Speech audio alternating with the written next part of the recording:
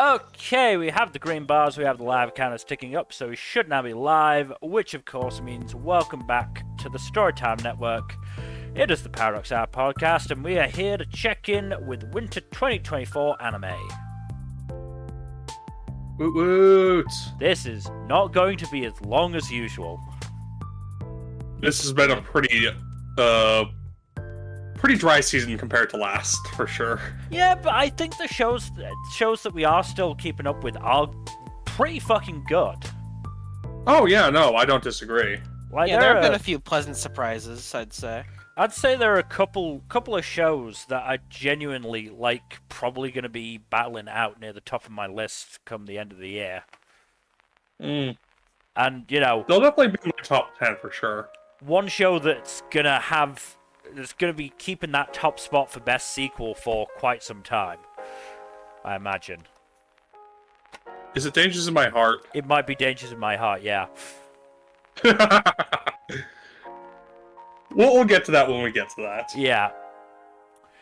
Instead, we are going to get started with 7th time loop. The Villainess enjoys a carefree life married to her worst enemy. Still good. Still good. Very enjoyable. What I will say is, am I the only one who thinks that Risha and Arnold have no romantic chemistry? I think the chemistry is starting to be there for them. I don't know. I think it's taken a sec. Yeah, I think they have chemistry for sure. Like, they definitely do have that chemistry, but it feels more like platonic and rival based than it does actually, like, romantically. Because I mean, we had that bit at the end of episode 7, where they were, you know, in bed together, and I don't know, I just felt nothing. Hey, look, enemies to lovers is a common trope for a reason. And so is rivals to lovers. Yeah, it's one that is harder to do than people think. Yes. I can still see the basis for a romance there, though. I guess. Regardless, I do think Risha continues to be an excellent protagonist. Risha's been good, yeah. Let me find the correct tab. It's there. So that I can see what happened in the episodes. So the Theodore, I say two-parter, but, you know, the first two episodes, the kerfuffle was pretty good. Also, I just like using the word kerfuffle. It's very funny. Kerfuffle is a good word. Nice English word. I've ruined it, haven't I? Some English words have their value, yes.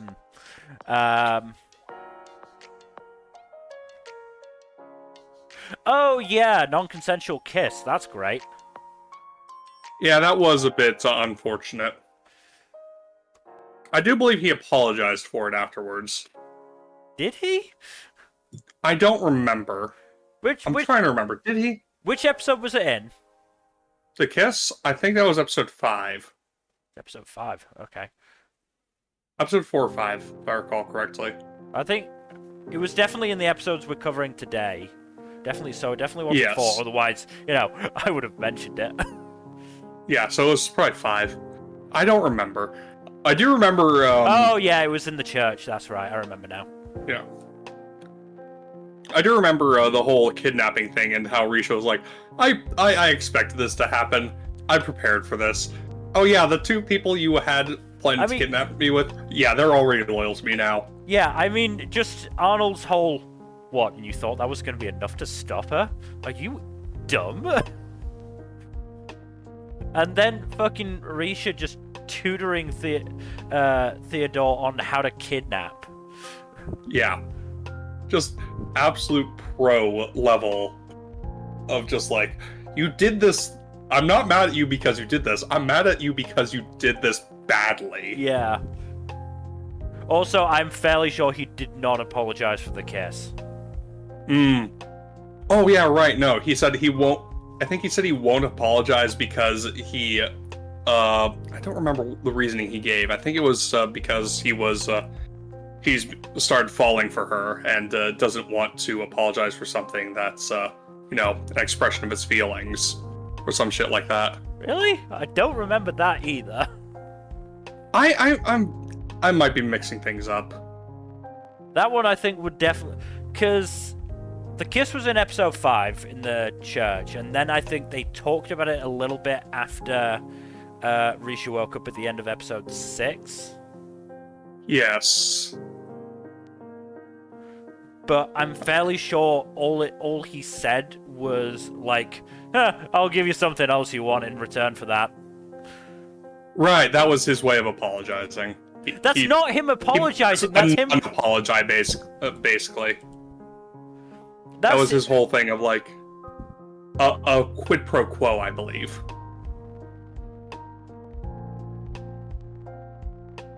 Like, the whole, don't touch me unless you want to give something up, was, like, meant to be,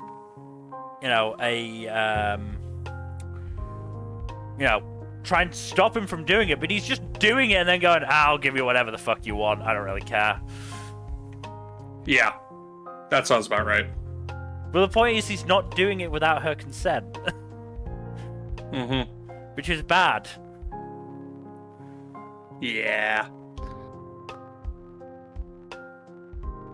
Regardless, I do feel like Risha is overall doing a fairly bang-up job in basically everything else.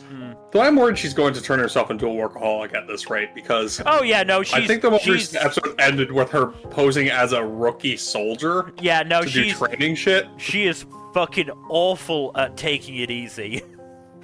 She is just terrible at it. Carefree life, my ass. To be fair, like, I would say half of that title is just complete bullshit. Because the Villainess bit is bullshit as well. Yes. Complete bullshit, so... The only thing that's really truthful is the 7th time loop bit and the married to her worst enemy, and she's not even really married to him yet, so... Look, they're engaged. It'll happen eventually, probably. Yeah. They're building to that. But yeah, I am, looking forward to seeing Risha go through this training course. Yeah, that should be fun. Also, like, a side note with regard to the whole workaholic thing, it is a believable flaw to give her, especially since, like, otherwise it would make her a bit too perfect. Yeah, no, that's fair. I do think, though, that her skill is definitely well-earned because of the whole time loop business. Because otherwise it would come across as contrived, but no, she's earned that through multiple lifetimes of experience. And it does show that while she still has the, the instincts, she doesn't necessarily have the physical capabilities that she had previously, because she hasn't had a chance to train it up yet. That might be why she's doing the training course. Who fucking knows? Potentially, and also because, I think it is said in that episode 7, that the knights in that country have a really good training regime. So, it must be like a Hell Week type thing. Potentially, yeah. I don't know. You're familiar with Hell Week, right? I mean, vaguely, yeah. Fair enough. I mean, I understand the general concept of it, I'm sure. Yeah, it's basically just like the harshest week of training in any training camp, basically. Yeah. Like that. Yeah. Puts you through the ringer, builds you back up after breaking it down and all that shit. Yeah. I hate those weeks.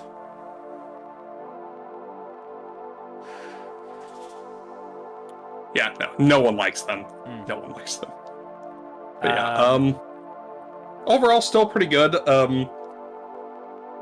It says a lot that I think Arnold is nowhere near the low bar of shoujo love interests, even despite the kiss thing. No, he very much isn't, but again, it says more about shoujo. That's a bar so low you could limbo dance in hell under it. Yes. And many shows Again. have. Yeah. I had a whole rant about it at some point. I know I did. I mean, probably, which show was it? Was it the, Devil and Angel one? Is that a shoujo? Oh yeah, that was bad. I don't know if that one's... I think that's shonen. I could be wrong, though. I don't know. I have More no interest in shonen looking it up. than shoujo. Either way, I'm sure you ranted. Shonen also has issues with romance, to Yeah. be fair. Either way, I'm fairly sure you ranted about bad romance leads during that show Oh yeah. back in the It's premiere fucking stream. Oh, it's fucking seinen. What the hell? That doesn't surprise me from what little I remember of it. It's... Bottom line is, that one's bad. This is much better. But yes, we should move on at this point. Because we're talking about other shows now. Yep. Let us move on then to the Apothecary Diaries. Okay, Virginity. yeah, I rescind my worries about pacing from last stream. Should be fine. We're going at about 2 chapters an episode, which should get us to the end fairly well enough. It is a pretty reasonable pace, yes. Also, damn, that Mau Mau expression. Oh, When, don't worry, I've got that. I've I've got that. Don't worry. I knew instantly. I was so looking forward to that scene. That scene is so good in the light novel. It's I like how a it's very good handled scene in in the the anime, anime. too. Yeah. It's Just like that quick not even there for a full snapshot of her second. face. Yeah. Here's the Just thing. Absolutely. There's 2 frames. There's one far away and there's one close up. Mm-hmm. I know you got both of them somehow. I didn't get both of them, to be fair, but I looked at both of them and went, oh boy. Oh yeah. No. Mau Mau is just like, god damn, looks could kill. You gonna pull up that image now since we're talking about it? I mean, why not?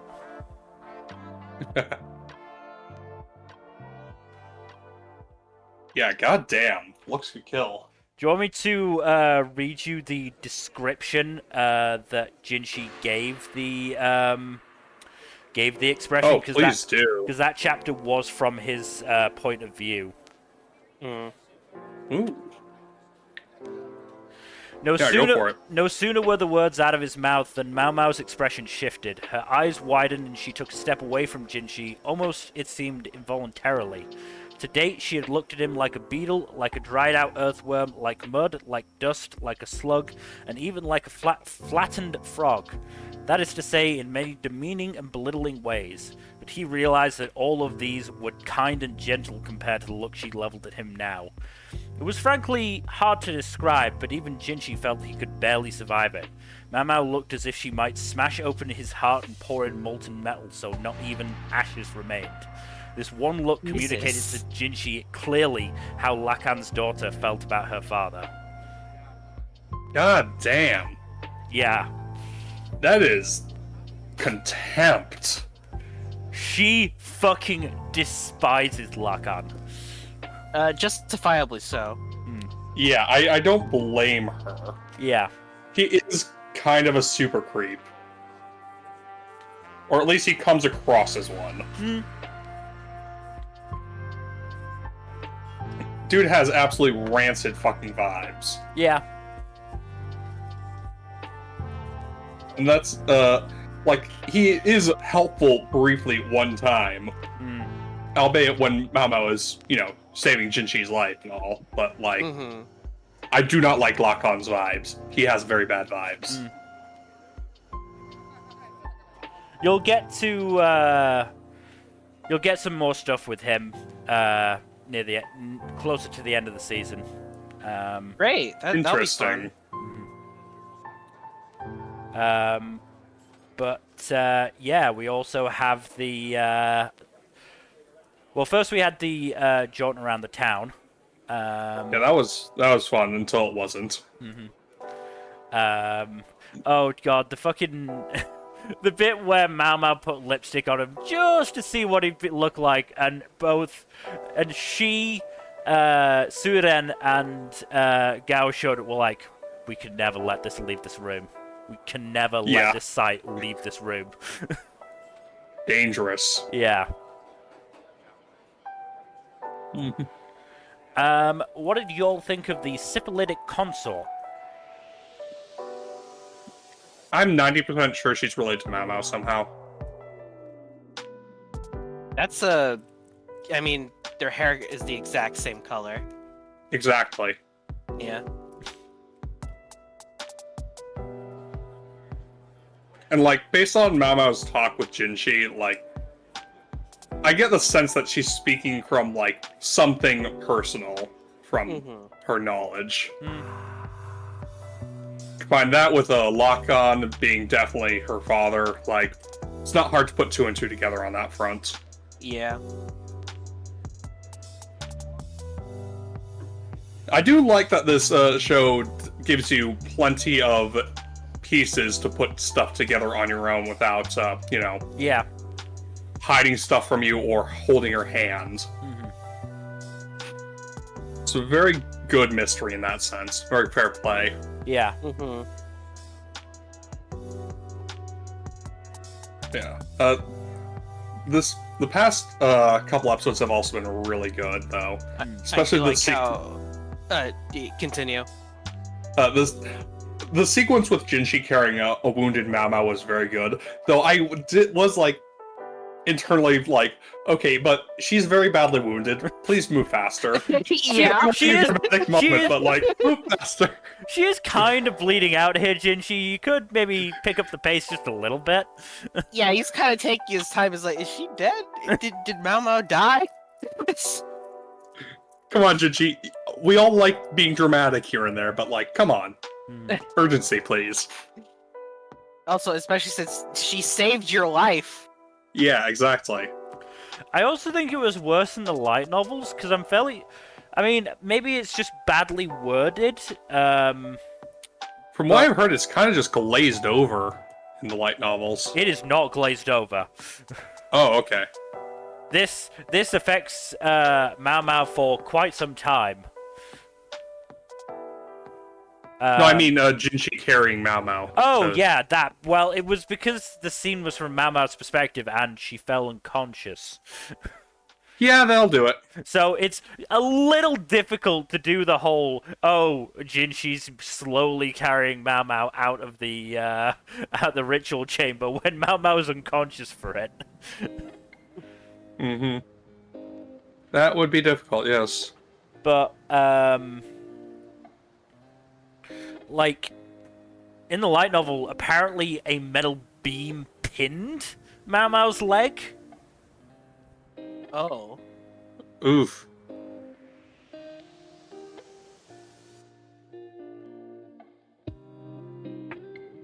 I don't know. As I said, maybe it's badly worded or, badly translated. Genuinely possible. But, yeah. What do y'all now think of Suire? Very interesting. I need to know more about this woman. I'm not sure what to make of her. I was just intrigued when she brings up a drug that brings people back to life. I'm like, what? I mean, this is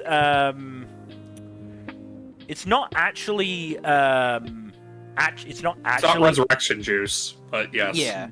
Well, what I'm saying is the setting isn't actually Imperial China. It's a fictional country based on it, but well, yeah. But we all know that Imperial China was fairly into the whole immortality thing.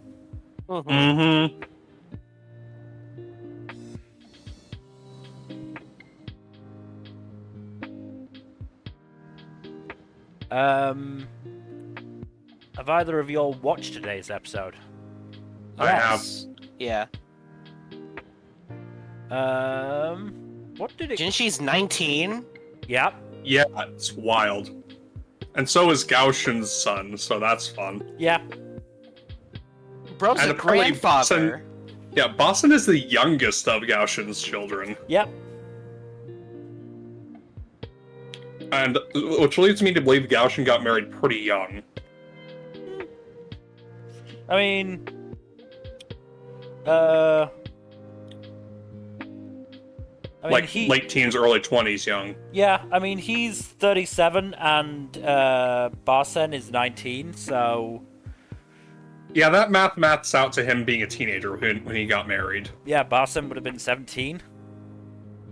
When... No, not Barsen. Gaoshin would have been 17 when Barsen was born. That math... No, he would have been 18 when Boston was born. 18, okay.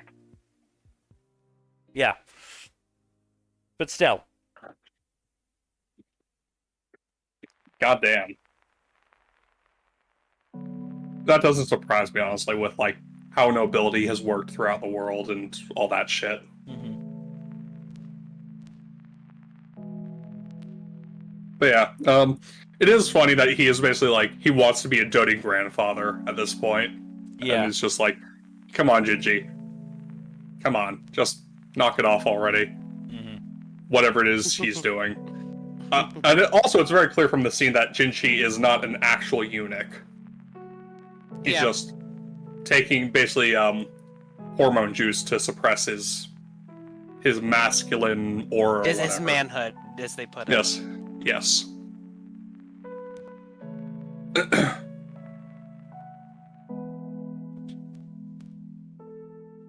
But yeah, it's very interesting stuff, and I am curious as to what the rest of the season has in store, especially since next week's episode is set to be about,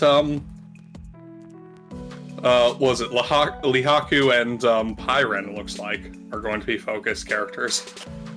That'll be fun. Oh yeah, that is a thing. I remember that it happened, I just didn't remember which volume it happened in. Also, a moment to appreciate how a bunch of the previous mysteries tied into this, the past couple episodes. Yeah. I like that a lot. Mm-hmm. Yeah. I really do like Mamao's dynamic with her adopted big sisters. Yeah. What we've seen of it so far. I mean, they're all fun. The scene where they had a bath with Mao Mao, that was anime original. Or I'm not shocked. At the very least, wasn't in the light novels. It might have been in the manga, I don't know.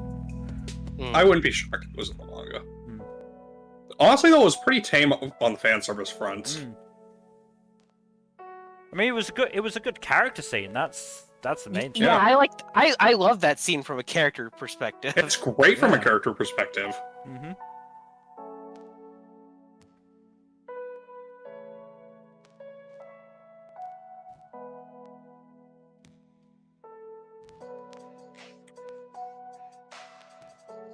Yeah, no. Apothecary Diaries is very good. Yeah, no, it's a really good series. Really good series. And I am genuinely really looking forward to the rest of the season, because it's all very good stuff. Oh, I am very excited. I really hope is that right, light novel reader? Is that right? Is it all good, huh? Mm-hmm. I mean, to be fair, the anime isn't going to get to, at the very least, one of my favorite parts of the entire series, which, oh well. Maybe if it does get a season 2. Fairly sure it's in light novel 3.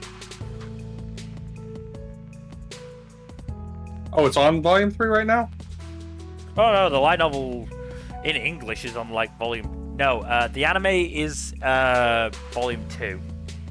Yeah. It's been I going was going to say, volume I'm pretty sure that volume a call. in English, the light volume doesn't have a physical release yet. That's coming out in like March or April. Yeah. Digitally, though, I think it's at volume 10 or 11.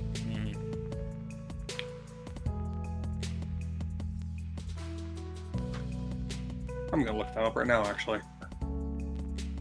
Volume 11 is coming out in May, digitally. Yeah. No. Yeah, we should move on, though, because we've been talking about this for 15 But yes, the bit that I'm talking about that I hope will eventually get animated is in Volume 3. So Okay. I mean, the first core of a potential second season.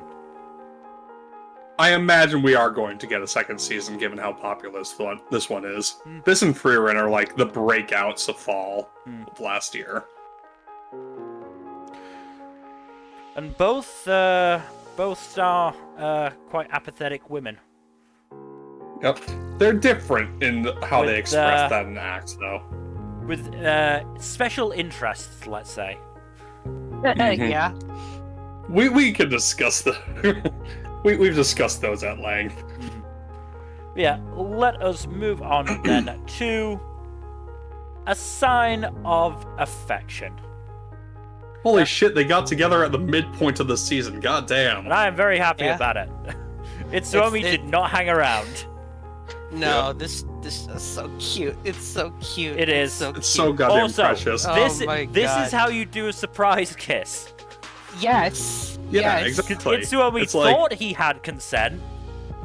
Obviously, we know he didn't because Yuki misread his lips. His lips. But, you know, To be fair, the words were very similar in Yeah. how they are pronounced in Japanese. Yes. it's Gyu and Shu, isn't it? Yes. An honest There- mistake. Yeah. It's a pretty adorable one, honestly. Yes. But yeah, they're together now. We are getting a little bit more focus on the side characters now that they are together. And we also got Yuki's job woes. Which, Yeah. relatable. But we also got the Like, hint you- in today's episode, wasn't it? That she might join some kind of travel agency. Yeah, that could be interesting. Mm-hmm.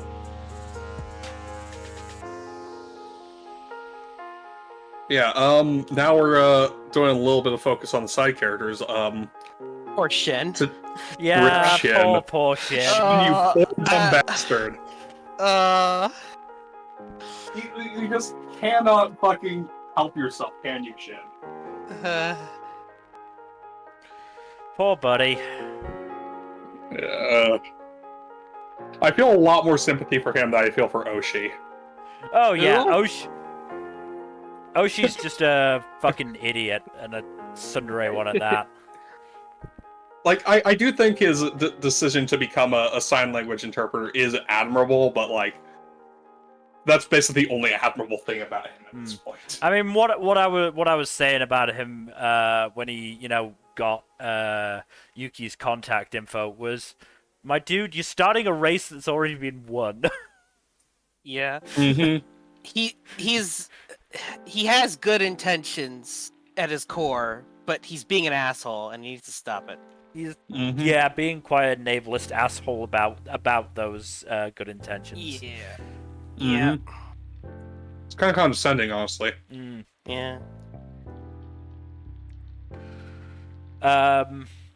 Rin remains best wing woman. She is great. Looks like next week's episode might actually put a bit of focus on her, which is nice. I That's good. really like her.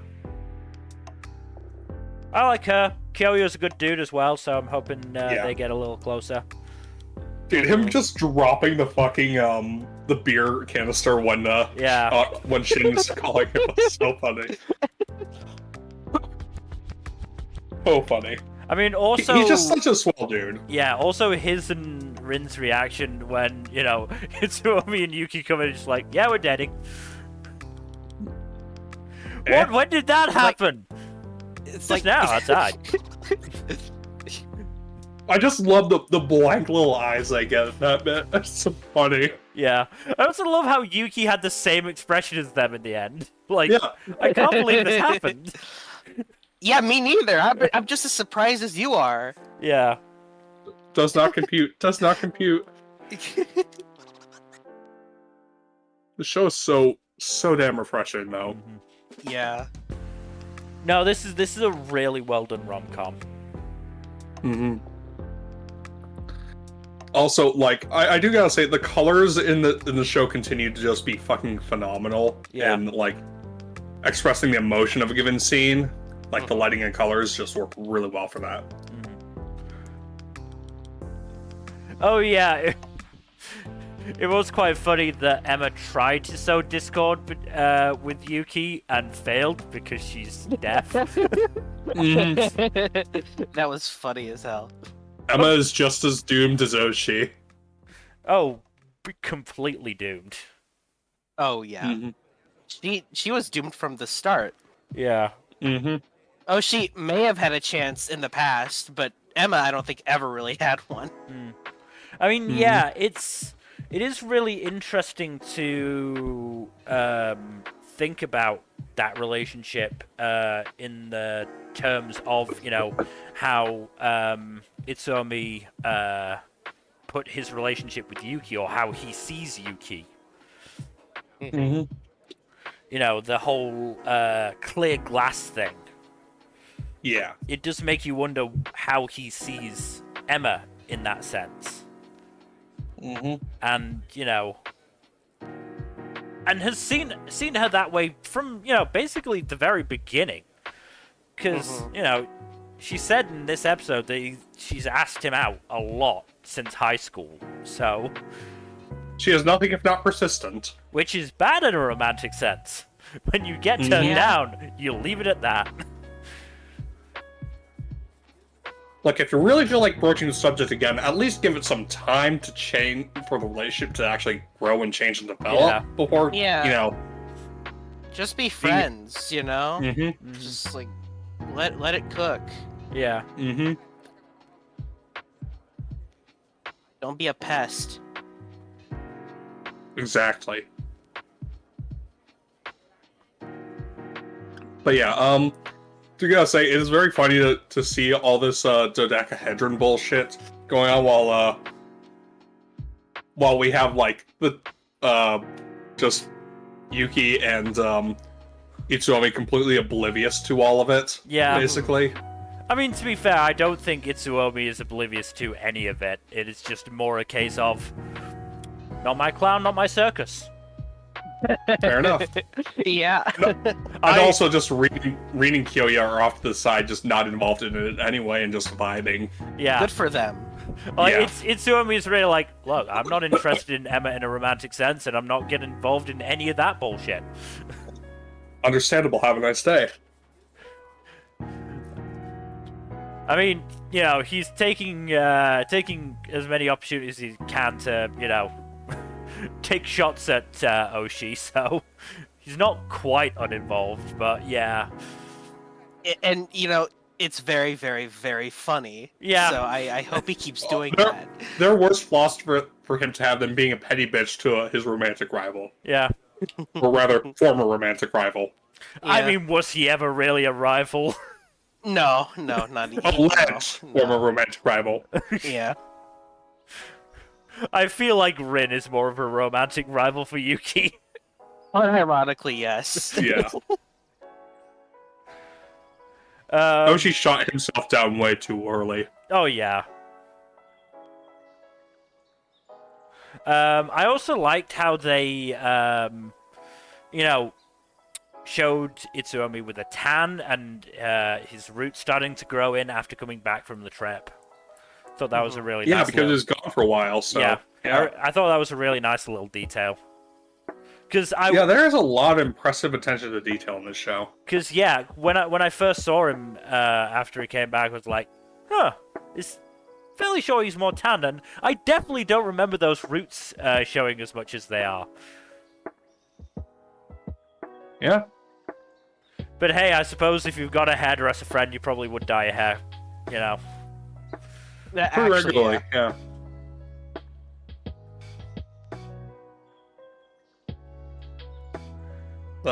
Yeah. Yeah, no, this is a really good show, and this is one of those that I mentioned before that I honestly think could be, you know, in the running. It's definitely a top 10 of the year contender. Could definitely be up there at the end of the year. Yeah. Yeah. I mean, It's so good. I have to Yeah, fumble so the bag good. really badly to not be there. I mean, it would have to have Yuki break up with Itsuomi and get with Oshi. That's not gonna happen. I With know. no build-up at all. With just all in one episode, no build-up at all, and everything's terrible. You just have to fly far off the rails, yeah. The other thing I super appreciate, adult cast. Yes. Yes. These kids That is are in definitely a college. refreshing. These kids are in college, and it's great. It's very It is refreshing. excellent. Yeah. Mm-hmm. I mean, as we've said, as we've been saying, we're still dealing with high school bullshit, but, you know. They tend to act like, you know, young adults. Yeah. So Yes. Yeah. And, you know, it is like the right out of college, or right out of high school in some cases, so it makes sense. Yeah. mhm. But yeah, no. Son of Affection, very, very good show. Very, very good show. Mm-hmm. One I'm greatly enjoying, as I'm sure the two of you are. But It's one of my favorites this season, Yeah. easily. Yep, same. Easy top 3 for me. it's gonna be interesting when we get to the awards. Oh god. Oh, goodness. Oh god. I have a feeling this is gonna make some appearances. Just some? Nah. Nah. But- nah. Let us move on to the first proper sequel of the list, because it is Banished from the Hero's Party. I decided to live a quiet life in the countryside, Season 2. I am enjoying the current storyline with this, because it's very interesting. So basically, the new hero comes out to Zoltan to retrieve a ship that Ruti stole back in Season 1. He goes there not finding any real leads. Partially because Tisei, you know, murked the assassin that was contracted to find the ship. Because that assassin was also a murderous asshole. Yeah. And so, but because the new heroes in town, Red, Rit, and Ruti all decide it's probably best to take precautions and make sure that they don't interact with the new hero and go over to another nearby town to kind of hide out in a low key in a nearby village to, you know, just be on the down low. And while this is happening, the hero arrives and makes an ass of himself in public a little bit, and also, you know, talks to kids and illustrates kind of how batshit insane and zealous he is. Because, kid is uncanny valley disturbing. And very, like, super hardcore on the blessings define your destiny. If you have any thoughts opposed to your blessing, that's a bad thing, type of thing. Yeah. So that's not great. Yeah, I do feel like the series is setting up for a collision course between Ruti and Van. Especially since Tisei has infiltrated Van's party, and Mr. Crawley Wally delivers a message that's basically like, hey, that's basically Tisei telling Ruti this, and Ruti's like, hey, let me know if anything happens, I will be there in a second. So yeah, something's definitely going to happen, and there's going to be confrontation. It'll be interesting to see how it happens, but I'm curious as to how that whole situation will likely play out. Because there's a number of ways it can go down. Yeah. But yeah, very curious developments so far. I'm very much interested in seeing where this storyline goes next. Glad you are still enjoying it. You know. Always, I know you don't really have much to contribute to this. Don't worry about it, man. I'm trying to do the thing of, you know, making affirming noises as you talk. Yes. Oh, good point. Yes. Yes. Being an quite. active participant in conversation. Yes, I appreciate that. Yes. Yes, yes, yes. Yes. Well, we should move on to a show that more than one person is watching. Moving on to the next sequel, it is bottom tier character Tomozaki-kun Season 2. I'm just losing my mind at this show now. I'm getting the vibe that Mimi is not going to win this. It doesn't matter because they're all best girl. I don't care. They're all great, yes. I'm screaming because that confession was great, and it was a great confession. I just get the feeling that Mimi is going to be unlucky here. probably not. But we'll see what happens. I need to start reading this. I'm going to start reading this. There are like 10 volumes of the light novel out now. Yeah, currently the anime's, I think it's 6. So.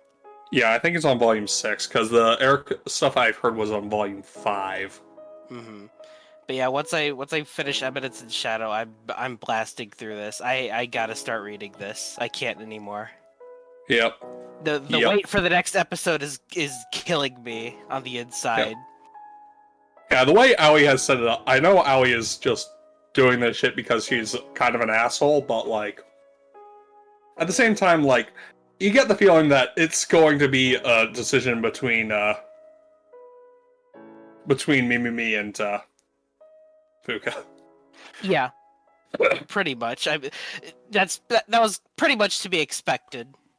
Yeah, they're the two that have gone the most chemistry focus, as it were. Yeah. With the Tomozaki. Mm-hmm.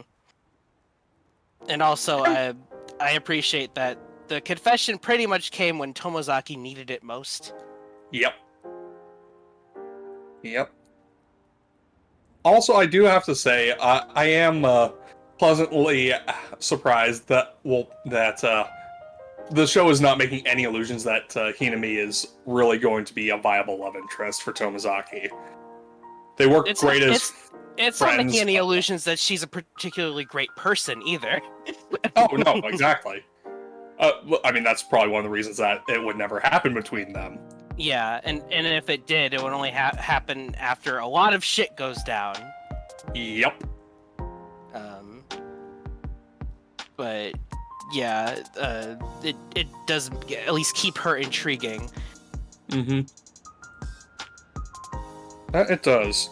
Yeah. Also, the whole Pinterest arc is very funny.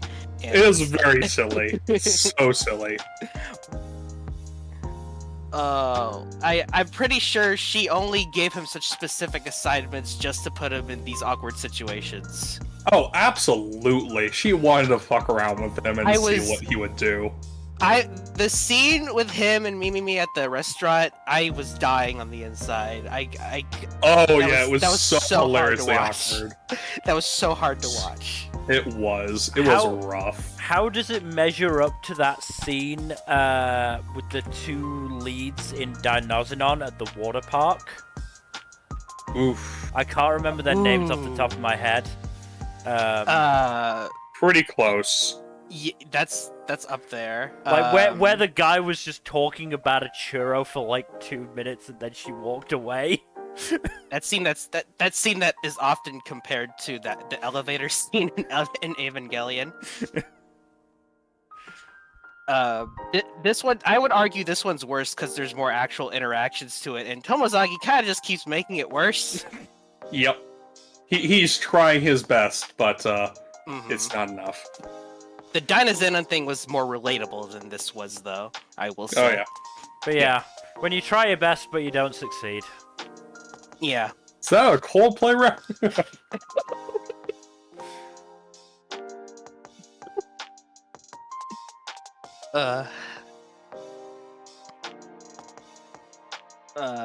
Yeah, Tomozaki good.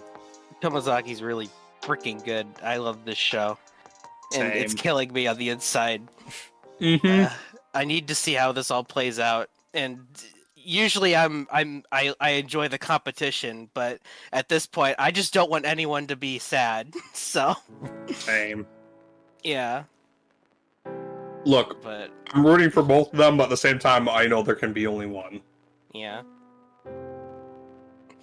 And I am I actually do kind of want it to be Fuka because the quiet bookworm almost never wins. That is very true. I'm actually in Camp Mimimi right now, so. But I don't blame you after the latest episode. I don't blame you in your position. So, like I said, they're all best girl. I can't. Except for Aoi, she is simultaneously best and worst girl. Yeah, that's why I like her. But yeah, we'll see what happens. But the weight's killing me. Mm-hmm. Nah, I get it. I'm in that boat. We should move on, though, before we agonize ourselves even further. Yeah. Alright, let's move on then to Brave Bang Bravern. I'm sorry, Nmbr. Man. Honestly, if this was dubbed, I would still be watching it. If this were dubbed, I'd be watching the dub. Like, I think this is a show that for me would excel with a dub, but I don't know. Just, I think especially if it had a dub and if I was watching it with somebody else who I could, talk to and laugh about the insanity of it with on a regular basis, like, I think that would be perfect. But as it is, like, understandable. At least you acknowledge its wonderful silliness. No, I do love the silliness. It's honestly the regular plot that's kind of just not grabbing me. I kind of get it. I love how Bravern has his own little hiding hole with his own 3D printer that he uses to make gunpla into weapons for himself. Yeah. That's brilliant. That is so good. Like, what other show would do that? And I love how Smith's idea to make Isami feel better was, I'm gonna beat the shit out of him. That's great. Grade A therapy. 9 out of 10 therapists do not recommend. Yeah. I mean, also good was Smith going, I'm the heel in this? Okay, better play this up then. Ref, are you on board with this? Good, let's do this. To be fair, it basically worked. Yeah. Honestly, I think the thing dragging the show down the most at the moment is Lulu. Just because I don't see why she's a part of the show. I'm starting to understand it with the most recent episode. Did you watch the most recent one? I only watched the one, and it was the boxing match one. Okay, well, we really, you stopped there. The most recent one, we find out that Lulu is just like a power source. There are a bunch of these fake humanoids that exist in these capsules, and the death drives consume them or use them as a power source or something like that. Yeah. For the purpose of fulfilling their wishes upon their death. Right. Which is insane. And when Superbia comes back and sees that Lulu is, sentient and is moving and has emotions and shit, he's like, what the fuck? This isn't supposed to happen. What's happening? And then Smith's like, hey, let me pilot you. And then he tries piloting Superbia, and it ends very poorly for him because inside Superbia is like would pretty much kill a human. So yeah. He's like, the rival has to pilot the blue mech. That's how it works, right? Mm.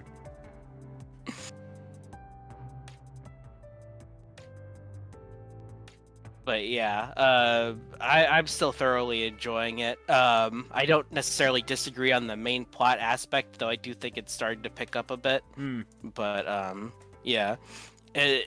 But Bravern pretty much carries almost every episode, and when Bravern's not carrying, it's usually Smith. Smith is fantastic. I mean, I also loved how Bravern's like, I made this ultra high-tech piece of equipment to help with Smith's plan, and it's just a boom mic. In the most recent episode, he made this he made this axe specifically for the situation that they were in, but he didn't reveal it until the latter part of the fight. And he's like, "Wait, why didn't you reveal this earlier? I didn't know you had this." And he's like, "I wanted to make it more dramatic. I can only use it when our hearts are in sync." And he's like, "What the fuck's wrong with you? Just use the weapon." Bravern is a theater kid at heart. Oh no, Bravern, absolutely. He's all into the dramatic.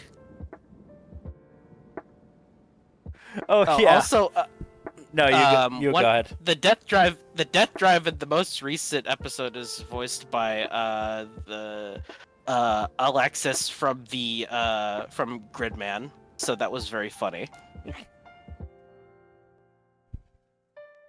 Yeah, the big bad in that show.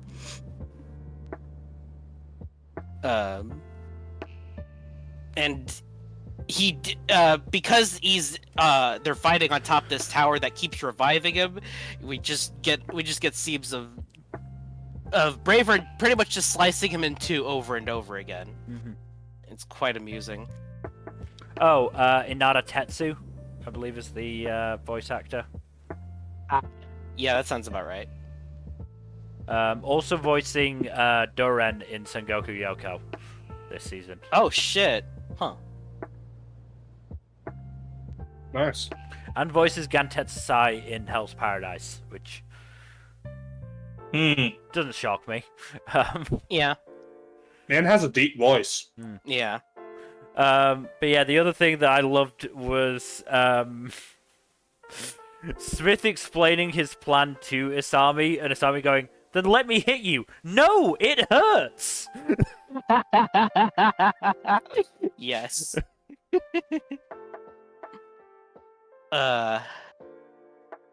Oh, and to be fair, the one good bit about Lulu that I've seen is that she's learning to speak properly by watching tokusatsu shows. Yes, that's also very much true. It's great.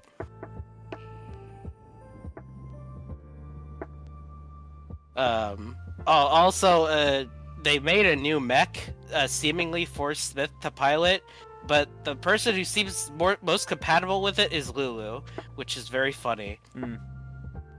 Well, I'm sure So she's gonna be glad about that. Yeah, so I'm not sure where that's going, but yeah.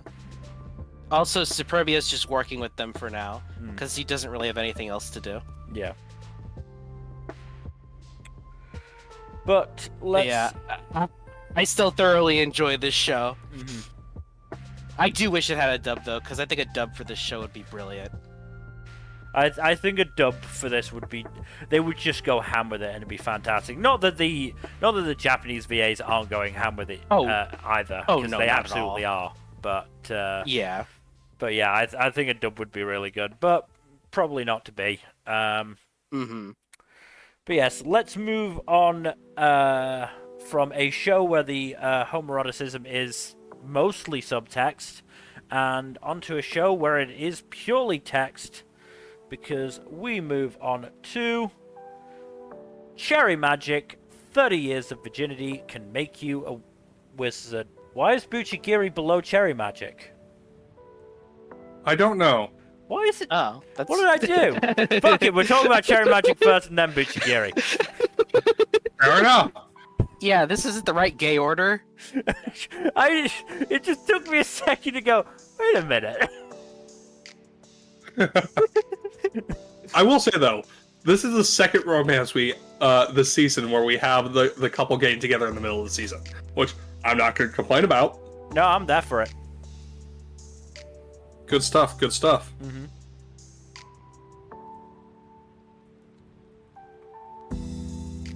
I mean, yeah, Damn it. Okay. Is the Sorry. gay choking you? No. No, I'm still recovering from a cold, so. But yeah, I think it maybe could have been paced a tiny bit better. But I'm still happy with it. Yeah. And we can also make all the "oh god, they were roommates" jokes we want. And hey, it was worth it to get all that stuff with Fujisaki being Fujoshi. You mean a Fujoshi? Fujoshi. Yeah, that was great. Also, how Adachi kept misinterpreting her because he only kept that was getting martial thoughts. That was fucking great. Really funny bit. Very funny. Very, very funny.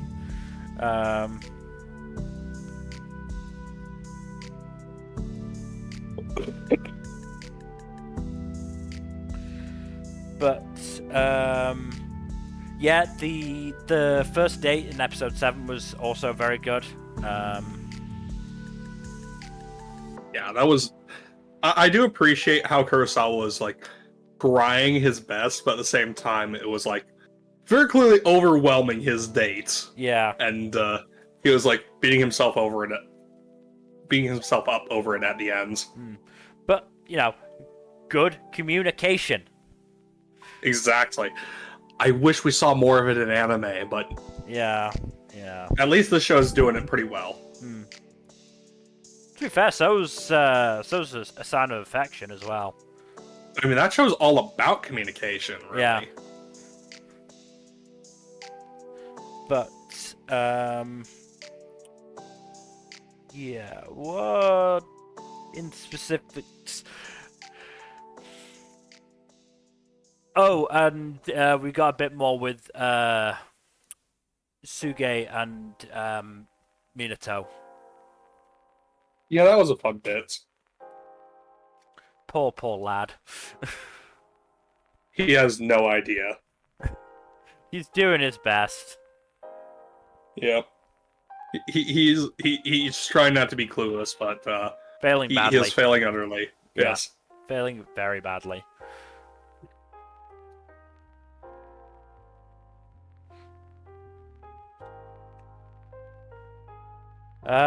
Yeah, I mean, I'm not sure there's a whole lot more to say. I mean, there was hints at what the remaining drama is going to be. Of, you know, if Adachi tells Kurosawa about his magic power. If Kurosawa will believe him, but then again, there is the trademark. It's like it's almost as if he could read my mind. I mean, if he wants to prove it, he's got to do it, you know, quickly before they go too far. I mean, what do you think gets? How far do you have to go to get rid of it? Do you think? I think he might have to go for a home run. I don't think hand stuff will be enough. Well, that's gonna make hand and mouth stuff very awkward. Yeah, he might just have to go all the way. Though, depending on, you know, who's doing what to who, or whom, might make it very gratifying. Who knows?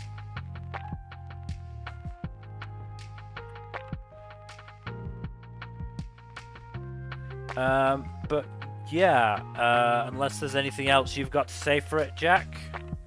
No, I think it's good. I appreciate how well it's been handling the romance and the just the general vibes. Then let's move on now to Bucchigiri, because it got messed up in my list. Oh my god.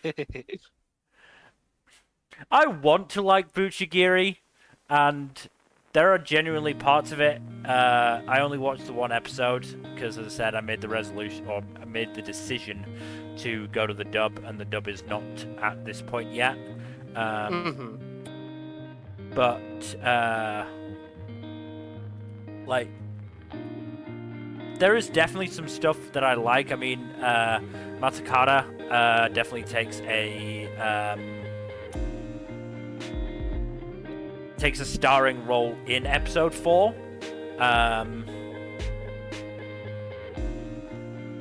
In a good way, he is very much the better character than Arajin. Unsurprised. No, that's not hard, to be fair. No, but, it's not hard at all. Because Arajin is just really the worst. Arajin is the main reason I dropped the show. So. He's not the worst, but he is pretty bad, because we already know who the worst is in this show. And yet, she actually had a decent moment in episode 4. Yeah, she did. Semi-bonded with Matakata over their love for their brothers. Obviously, Matakara's was more, platonic, but... Yeah. I won't spoil, but she has a decent moment in episode 6 as well. I am glad. Yeah.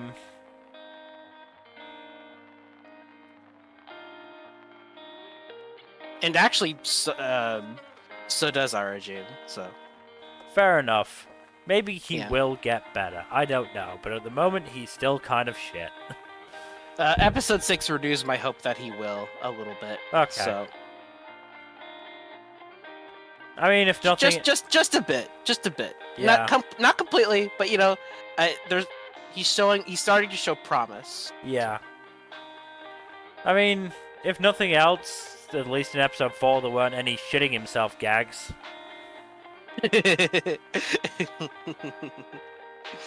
Yeah. Yeah, I want to like this show, and as I said, there are definitely bits about it that I do like. But, yeah, I think I'm going to give the dub a try for a few episodes, see, how well it manages to do there. I mean, if nothing else, I'm just going to be entertained by Chris Guerrero and Rico Fajardo. Yeah. Oh, I'm probably guessing Aaron Dismuke's Shindo. I have a feeling that's going to be a good casting.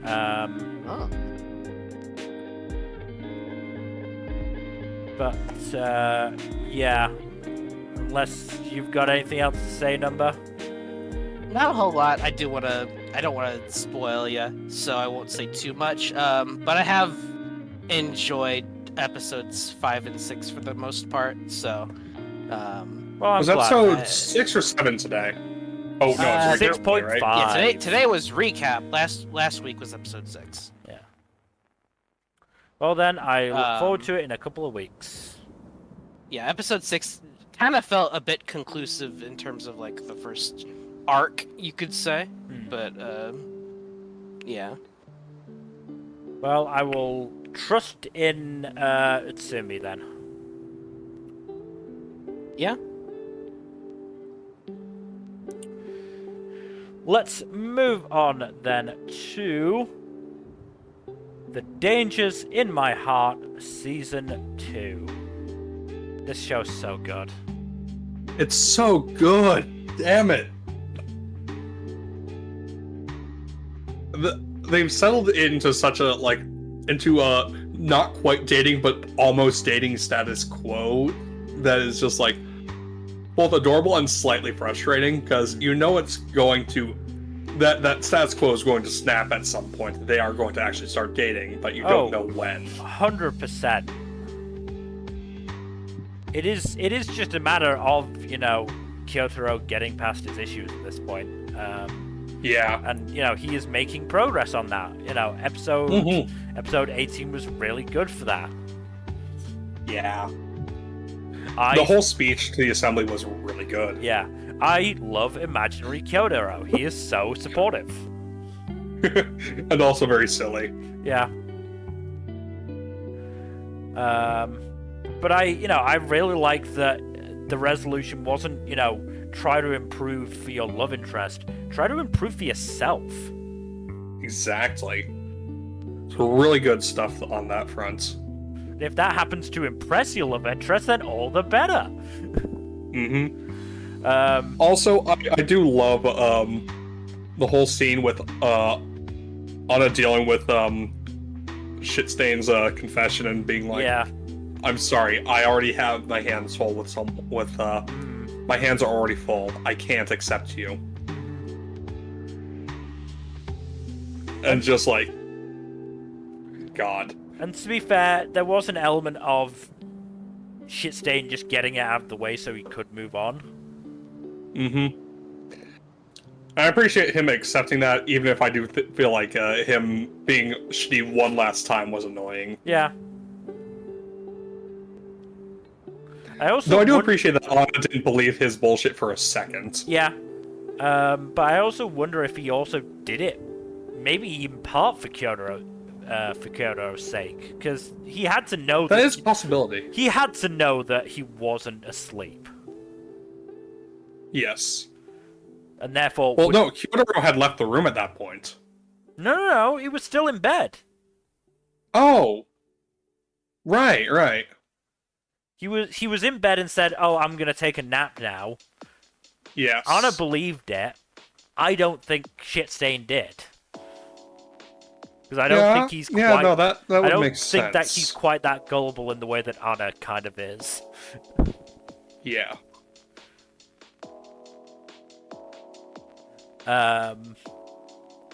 The double date was very cute. And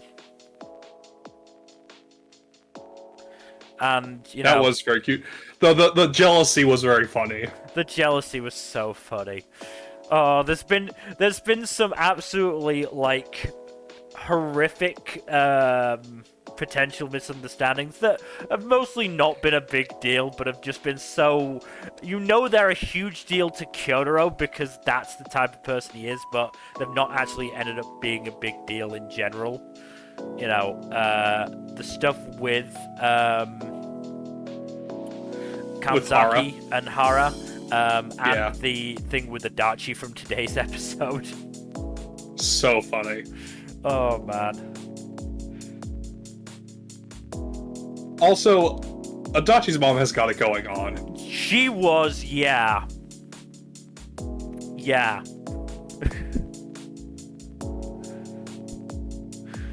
I do respect her a lot for just like telling her son to get his shit in line and actually thank someone. But yeah, I am starting to wonder if there may be some complexes with Adachi. Yeah, that is definitely a possibility.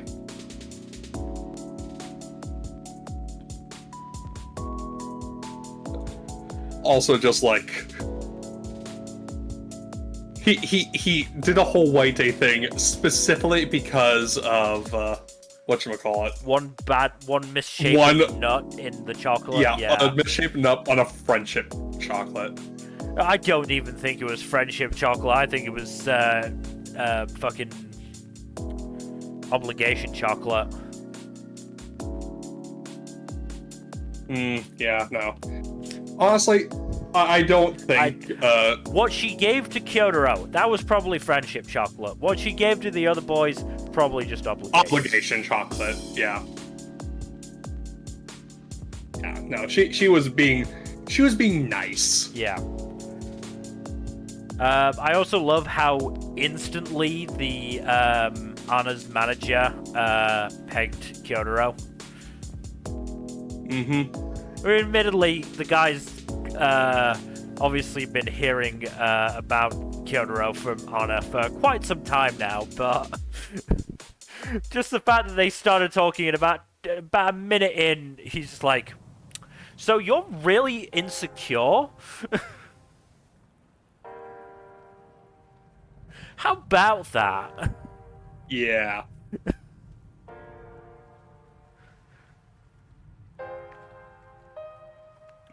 I also do love that, you know, the whole thing with Kyotaro going shopping with Hara and, you know, saying certain options were weird and cringe, but they ended up being the options that he went for. That poor boy can't get out of his head enough.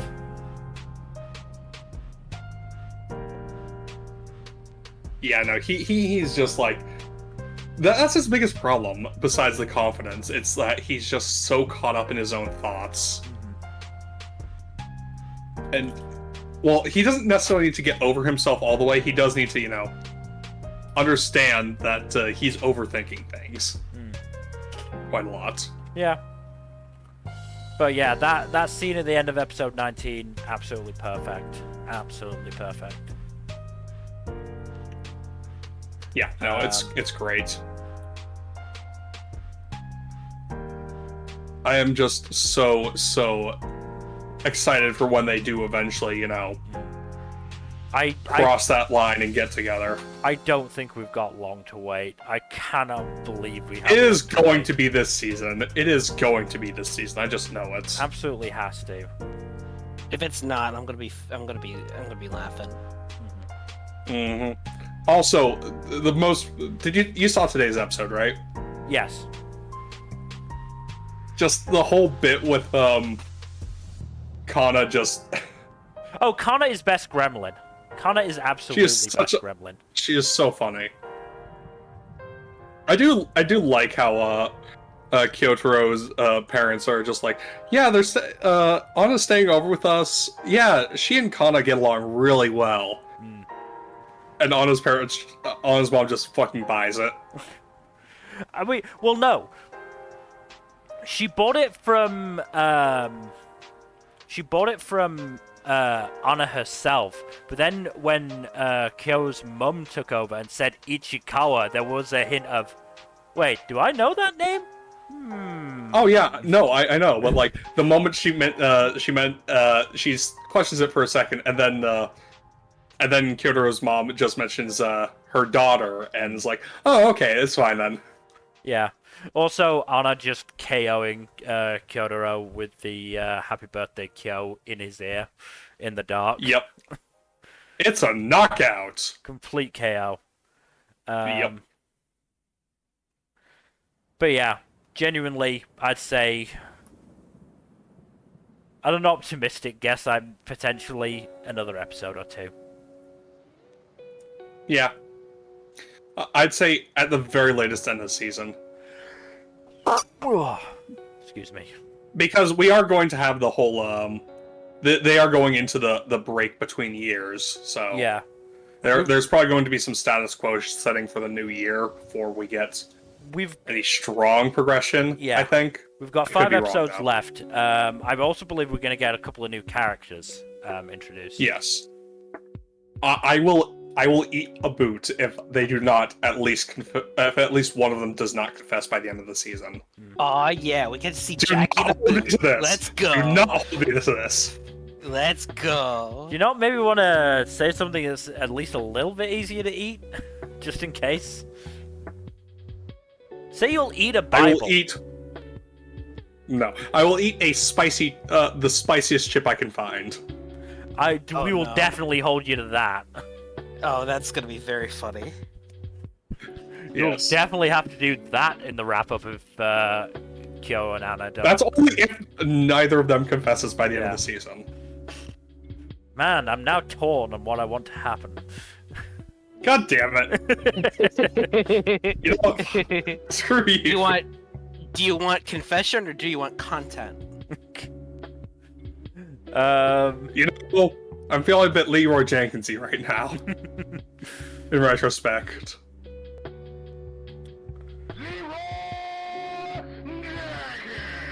Yes, I was looking for an excuse to use that. But yeah, we should move on. Yeah, Dangerous in My Heart, absolutely superb. It is, like, probably the top sequel of the season for me. Yeah, and that's saying something when there's Apothecary Diaries right there. Well, I'm saying sequel, not carryover. Fair. I'm still not sure even including Apothecary Diaries is going to be interesting. It's hard. Like, Frieren, Apothecary Diaries, and Dangers of My Heart, like, my top 3. Oh, you've also got Frieren, that's right, yeah, you're fucked. It's such a hard contest, god damn it. You're gonna Frieren and Apothecary Diaries aren't qualified for the awards for sequel. Are they not? Well, they're carryovers, and besides, I already nominated them for... We've included carryovers before. Yeah. Right. I'm fairly sure Well, I have. I'm going to just preemptively Did I- disqualify them because All it'd right. be kind of unfair otherwise. Because you're too scared to make the hard choice. Okay. Oh, fuck off. Coward! You Fuck off. coward! To Don't be worry. fair, they were my top 2 anime of the season last season. Don't worry. Me and number They won their won't, awards. won't shy away from that. Yeah, probably not. I don't know. Seems... Probably not. Wait and see. I don't know. I'm trying to see how things shake out this season. Yep. We'll see. We shall see. Why are you just chicken all the way out and nominate One Piece? No, I wouldn't do that. That's just cheating. That's that just is- cheating. That's the cheat. That is the cheat. Anyway, let's move on to Delicious in Dungeon. So fucking good. This show remains very fun. I love these idiots so much. Also, that flashback with Marcel and Fallon was just really good. Yeah. No, that was very cute. And though, to be fair, while, you know, it wasn't that particularly subtle about it being Fallon, the subs definitely gave it away. Mm-hmm. At least the subs that I had on my dub did. I'm not sure if if it did for the sub. It's fine. It was pretty obvious from how she looked. As I said, it's something that I probably would have guessed anyway, but it was like, okay, yeah, giving it away, because I'm fairly sure I was like, I'm willing to bet that's Fallon, and then like 2 seconds later, subtitle, Fallon says something. Okay, there we go. Suspicion confirmed.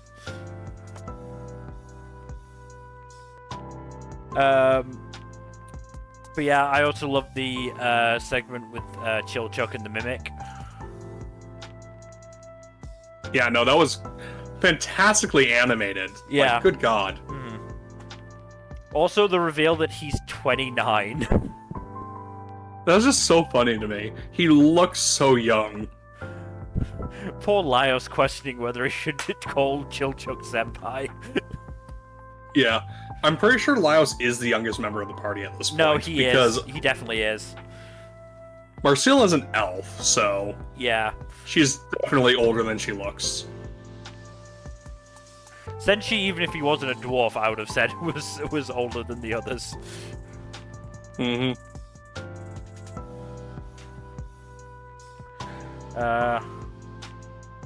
Though he nearly didn't get any older when he got tricked by his Kelpie friend. Yep. That was like a shock to me, like at first, but then I was like, oh wait, no, Kelpies do that in folklore. Yeah, no, I was not surprised. I would have been more surprised if they had done the whole thing of, no, she actually is trying to help him. Yep. Also, poor Cabru in his party. They just keep fucking dying. It's so funny. I mean, I question how they managed to get in front of our group, but... I question it, but at the same time, it's still very funny. How they keep just, you know, fucking themselves over. Yeah. Though I suppose they did waste a lot of time with Laios' painting adventure. That was fun. That was very fun, to be fair. Yeah.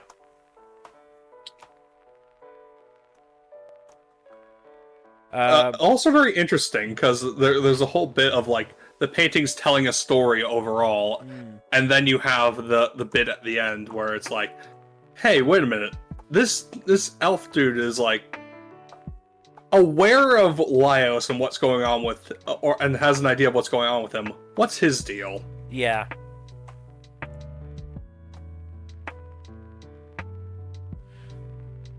Also interesting that we're going to get to see at least one of their previous party members. Yeah. I think the dwarf lady. At least I think she's a dwarf. Where is she on the character list? Namari. Namari, right. I don't think she's been named yet in the show, but yeah. But yeah, it was I am curious as to why exactly she and that samurai dude left the party. Because we didn't get any information beyond we have our own lives to worry about in the recent episode. So I wonder if it's anything more than that or not. Be interesting to find out. Indeed. Oh, this is 2 core. Good. I'm glad. Yeah, this is 2 core. I don't think it'll adapt the whole manga, but it'll adapt a good chunk of it.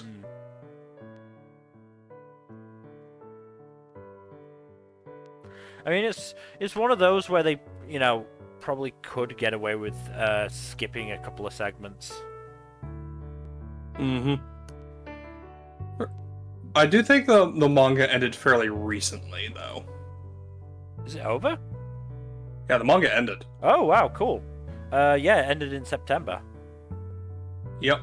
Oh, it's 14 volumes. Yeah, they're not going to be adapting the full thing.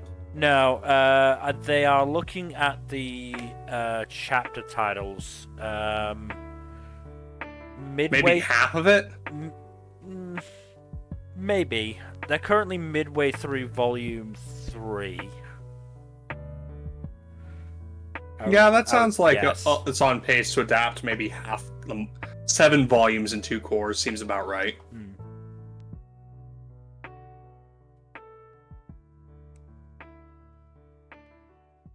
Yeah, no, I am very happy with it so far.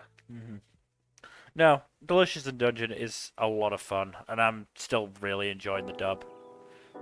Yeah, it's a good dub.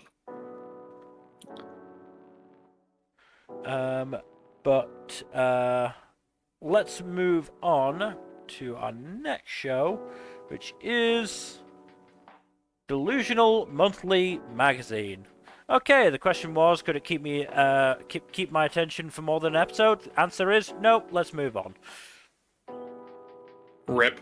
Really? Are you telling me this isn't anime of the year? Nope. It was not that good. Most unfortunate. Did it do anything like amusing remotely at all? Not really. I mean, one of the shithead twins turned into a fucking animal guy as well. Can't remember what animal it was. I see. I'm gonna be honest, I came into this feeling fairly resigned and... Yeah? I think it's a bear? Looks fairly bear-like. The bear and the maiden pair?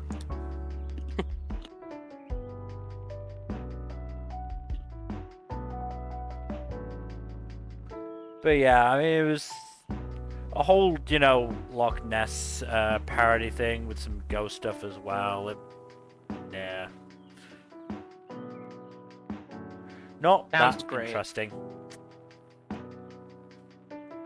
Yeah, let's move on then, because this is really nothing more to say. RIP. Move on to Dr. Elise, the Royal Lady with the Lamp. Ah, yes. The question at the heart of every single protagonist's mind, really, in anime, are their sweets. May I have them? But no, so, the cat's kind of out of the bag for Elise, that she is both posing as a humble medical assistant in training, as well as actually, of nobility, and the current tentative fiance of the Crown Prince. Because basically, her superiors at the hospital asked to meet her after she performs an impromptu and successful tracheotomy. Just, as one does. And they, upon meeting her, they find out, oh, hey, it's one and the same. Oh, that's fun. Also, we meet a few other characters, including What's her full name? I know her surname is Childs. What was it? I'm blanking on names. Goddamn. Dechild, Julianne, and as well as the Crown Prince's younger brother, Mikhail. But yeah, they're interesting additions to the cast, especially since they add some interesting complexities to the relationship between Elise and Linden. Linden? No, not Linden, Bill. Linden. Linden, right. Don't get your hopes up. He didn't get isekai into this. Oh, it would be very funny, but that's not what happened. Mm. Yeah, things are developing interestingly. The king continues to be a very interesting character, to say the least. Because he's very much the kind of guy who is willing to play the field, as it were, but does have a sense of fair play. So I'm curious as to how things are going to shake out with him. Yeah, overall, I'm still enjoying this one. The medical stuff is interesting, and I gotta say I am having just an absolute blast with the shenaniganry that is going to occur with the implosion of a double life. I always like, not always, it's often fun to see that happen. Especially when the double life was silly to begin with. Yeah. But yes, we should probably move on. Okay, let us move on then to Frieren Beyond Journey's End. How far have you gotten into this one, Mill? Still up 4 episodes. Ah. Well, you probably have no idea about the context of this screenshot, then. I mean, no, but I can understand where Fern's coming from. So basically, they're in a labyrinth that has generated clones of several of the mages involved, and the current seeming final obstacle is a clone of Frieren. Or as I like to call it, Dungeons and Doppelgangers. Hey, that's a good one. That's a good one. Yeah. Yeah, that's a very fun time. Yeah, it's been pretty great, and the moment you see a doppelganger for it's like, oh no. Oh no, it's over. They're all screwed. Denkin very clearly realizes, oh, we are in deep shits. If this weren't a test, I would have left ages ago. Understandable, honestly. Yeah. That is the kind of thing you piece out from. Oh yeah. But no, this has been really, really fun. The fights have been crazy. That And Ubel fight was great. Yeah, and I very much I find it very amusing how Frieren and Fern are basically just taking the easy route and not They're really just getting into any vibing. conflict the entire time. Up until Frieren gets eaten by a mimic, that is. Yeah, I was But gonna say that's our usual except status quo. I mean, I except- was gonna say I'm only at episode 4, but I get the feeling that that's a common occurrence. yeah, no, Yeah. she don't do good with mimics. Inside you, there are two wolves with regards to mimics. One is Chilchuck, the other is Frieren. But yes, I love the reveal of like how she managed to deal with mimics before in between having party members. She just blew them up from the inside and got the Ojo curls. That was so funny. Yeah. Also, I do like the bit where who was it? Method, I think it was. It's like I only know of one of the mages who has the ability to do mind magic of this level, and it cuts to the person, and it gets eliminated within like less than 5 minutes later. Just very funny to me.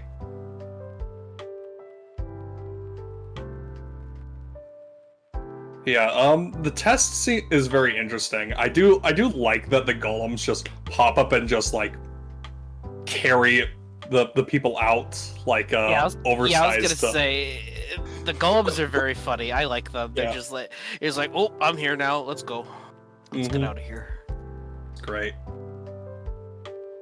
It'll be interesting to see what happens with Kane, Luine, Land, and Umel, though, because I think they're the only characters of note who aren't with Frieren and Denken's group now. I'm impressed you remembered all their names. To be fair, they're like the most notable of the new cast of mages besides Denken. I know, and I still don't remember their names. Oh yeah, Weirbel and his group are also behind everyone else.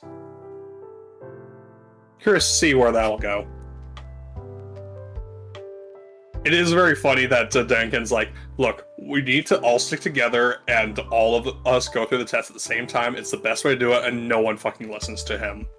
Yeah, and it's because of that, because now you're all stuck in mirror matches. Those aren't fun.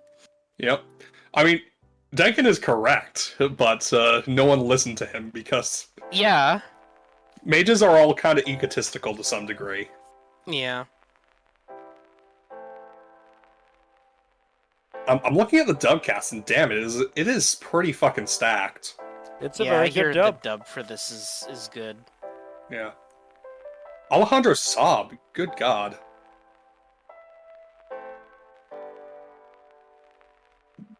But yeah, I'm just having a blast with this arc. It's a very fun arc.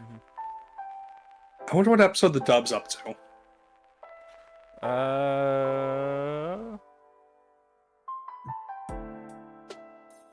22. Probably pretty...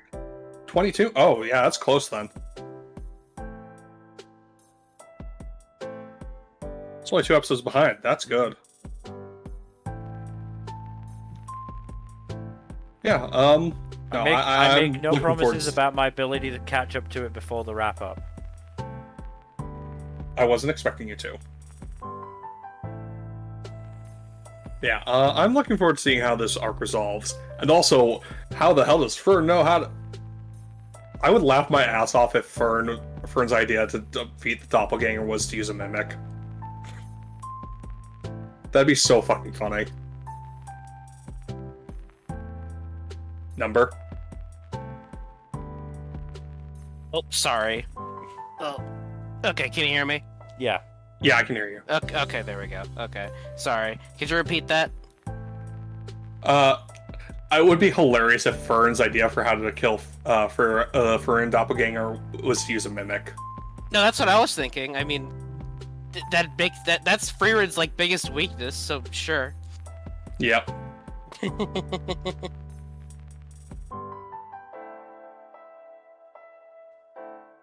Yeah, I'm going to just have a very fun time with the rest of this arc. I just know it. Yeah, no, Frieren's a really good time, good fantasy, lots of fun, and I think it's refreshing how we're actually, in a proper story arc and not just, doing side quests every episode, as much as I like the side quests. Dude, I love the travelogue vibe, but it is nice to have a proper story arc this time. Yeah, exactly. It's just very refreshing. Yeah, it's nice to change things up every once in a while like that. Yeah. Plus, it gives the animators a chance to show off when they aren't just doing, character animation. They are flexing with this arc. Yeah. Yeah. I don't really have anything else to say beyond Frieren extremely good. Yeah. Well, it's very good. Let's move on then to a show that's not quite as good. Ah, boy. High Card Season 2. What do you mean? High Card's like anime of the... I figured you'd pick that as your screenshot, Mel. They have got... That is a good line. They have got 4 episodes left to give me a VJ focus. I don't think it's happening. I don't think it's gonna happen. Which is a horrible look. Yeah. Yeah, not to mention, like, they gave us a second Chris episode. No, not Chris episode. Wendy. I didn't mind the Wendy episode because it also had, you know, the Wendy other episode's characters. great. I love Wendy the episode was Wendy good. episode. No, I'm talking about what's his face? Leo? Yeah, Leo. that episode was kind of mid, honestly. It was okay. It was fine. It's, you know. Yeah, fine is probably the best I would use to describe it. And they kind of, sort of tied VJ into that a little bit, but not really. But Yeah. my issue is yeah. they're doing the same thing as they did in the first season. They're talking about how much, you know, High Card and the other members mean to each other, but they're not actually doing anything to show how that was earned. The thing is, like, Yeah. and the thing is, like, sometimes they are, but it's all off screen, so we don't Yeah. see it. Yeah, like, they barely interacted. VJ and Leo interacting in Leo's episode was the closest we got to that for most of this stretch of the show. But you know, Finn is like, oh, Leo, you realize just like me that High Card is a place where you can be yourself. I'm like, you've never shown that. Not really. You've never ever shown that. Yeah. Stop making yourself out to be found family. You have not earned that shit. No, You have they not did. found They it did or earn it off family did. screen. They earned it off screen, Mill. I will say it was rad that Bernard keeps C4 in his fucking shoes. Bernard's amazing. Consistently. So is young Greg. Young Greg is also. Young Yeah, Greg Young is great. Greg's also pretty Fucking- great. Especially the past couple episodes. He's Yeah. been great. Sugar is. Oh, she's mean, doing okay. She's trying. She's trying, you know. I mean, my issue with that part of the story is that didn't young Greg in the first season say that, like, the vast majority of the police department is corrupt? That's why he hasn't done anything about it? yeah, they just found they found the few that aren't corrupt. There were a lot of people there. Yeah, they multiplied somehow. I don't know. Or is young Don't worry about it. They came around. It's or fine. has young Greg just been going around telling this story to random people to see how they react and go, all right, you're on the list, Hey, we finally got a full list. Let's do this shit. Finally ready. That would be so funny. Yeah, sure. Look, either the city is really big and that number of police is not that high in proportion to the number of total, or Greg is making some shit up. Also, Tilt is the knight, and Yeah. I'm shocked. Yeah. This is Yeah. my shocked face. Are we still placing bets on Tilt being or I'm not taking a bet. I'm not betting on that. I don't know. And after the most recent one, I'm not entirely sure because I feel like that would have come out there Yeah. if that was the case. But I could be Not wrong. wrong there, but at the same time, that it's like Tilt. It could. There's not much else Tilt could be. Also, am I the only one who's very underwhelmed by the whole thing with Burst? Just Yeah. like Who? You're not the only one because she did not You- appear until now. Yeah, who? Actually, I no, do not that's care not about true. stop trying to get me emotionally invested in this person I know Yeah. shit all about. To Yeah. be fair, I think she showed up at the very start of episode 1. Yeah, maybe. I think you might be right. Because Tilt and some mysterious woman were the ones who burgled the cards in the first place. So she's been around since the beginning. Oh, okay. I love her now. Never mind. She's my favorite character. She's great. I know you're fucking with us, but it still makes me mad.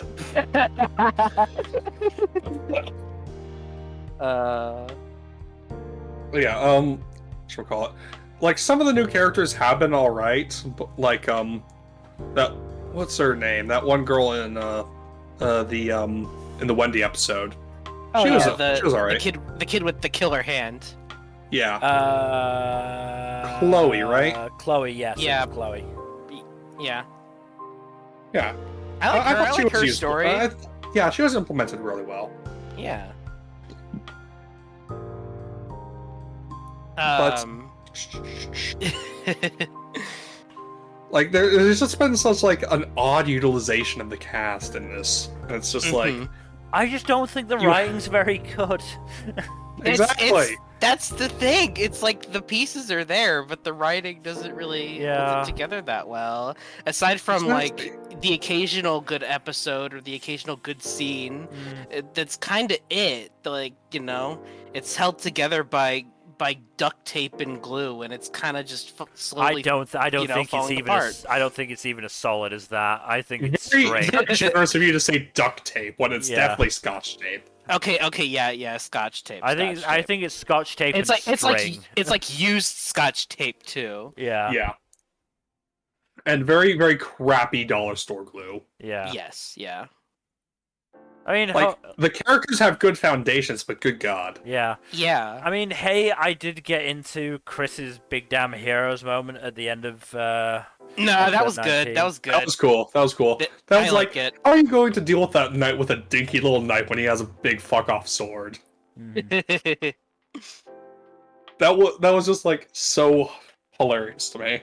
I mean, yeah, it was incredibly dumb, but I don't think anyone's ever accused Chris of being smart, so... No. Oh, of course. But hey, he's into holding men, so, you know, that's great. Yeah. Yeah. Wasn't expecting him to be the bi rep, but at the same time, like, I'm not too shocked. Yeah. Yeah, it works. Oh yeah, we've been introduced to somebody who can freeze fucking time as well. Great. Because what the show needed was more characters. I love Zawaru though. Gotta love Dio Brando. Ah, darn, I don't have a Zawaru soundboard thing. Yeah. Very, very unfortunate. Yeah.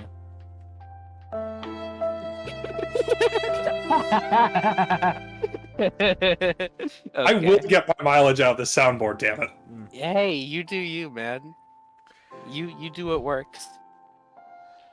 So yeah, I think next episode's gonna go into like the history of the cards and all that. Probably. Great way to just an action climax. I mean, maybe it'll be good. I don't know. I mean, just go. At this point, it's kind of sunk cost for me. Yeah, a little bit. I mean, just going back to the Leo episode for a second, I felt a little bad for completely suspecting the kid. Oh yeah, honestly, that kid got a raw deal.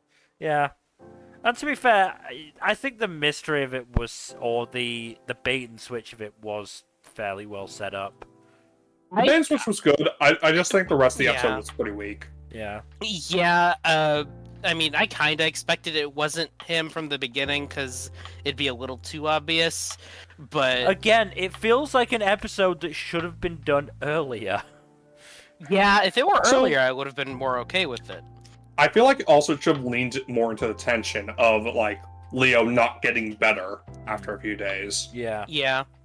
It just kind of downplayed that, and it's just like, you should have leaned more into the tension there. Oh no, now he's literally dying. Okay. Mm-hmm. Now he'll literally die in minutes. It felt jarring. And then it didn't really... Like, what the hell? Then it didn't really clarify at the end whether Leo was actually fucking alive. Yeah. Just poor execution all around there. Yeah. Yeah. I mean, poor execution all round is pretty much the motto of this show, so... Yep. It has some moments, but that's all it really has. And these moments in ideas. time will be lost like tears in the rain. But hey, who knows? Maybe the last 4 episodes will be the best shit we've ever seen. I somehow doubt that. Yeah. Also, shout out to the first ED in cameoing in the Wendy episode. That was great. Yeah, I liked that. That was good. That was my second choice for a screenshot. I do like Wendy. I do like Chelsea saying, "Oh, this is my jam." Yeah. Yeah. I agree with you, Chelsea. You know what? I agree. That is a jam. I'm pretty sure that was like in my top. I think that was my runner-up for ED of the year last year. Yeah, that song Probably. does in fact hype me up. Yeah, it's a great song. It's a real banger. Yeah. We should move on to something that's, not as disappointing. Yeah. Let's move on then to Hokkaido gals are super adorable. They are super adorable. Also, what you got there, just that feeling of jealousy, is it? Because, yeah, as it turns out, sorry.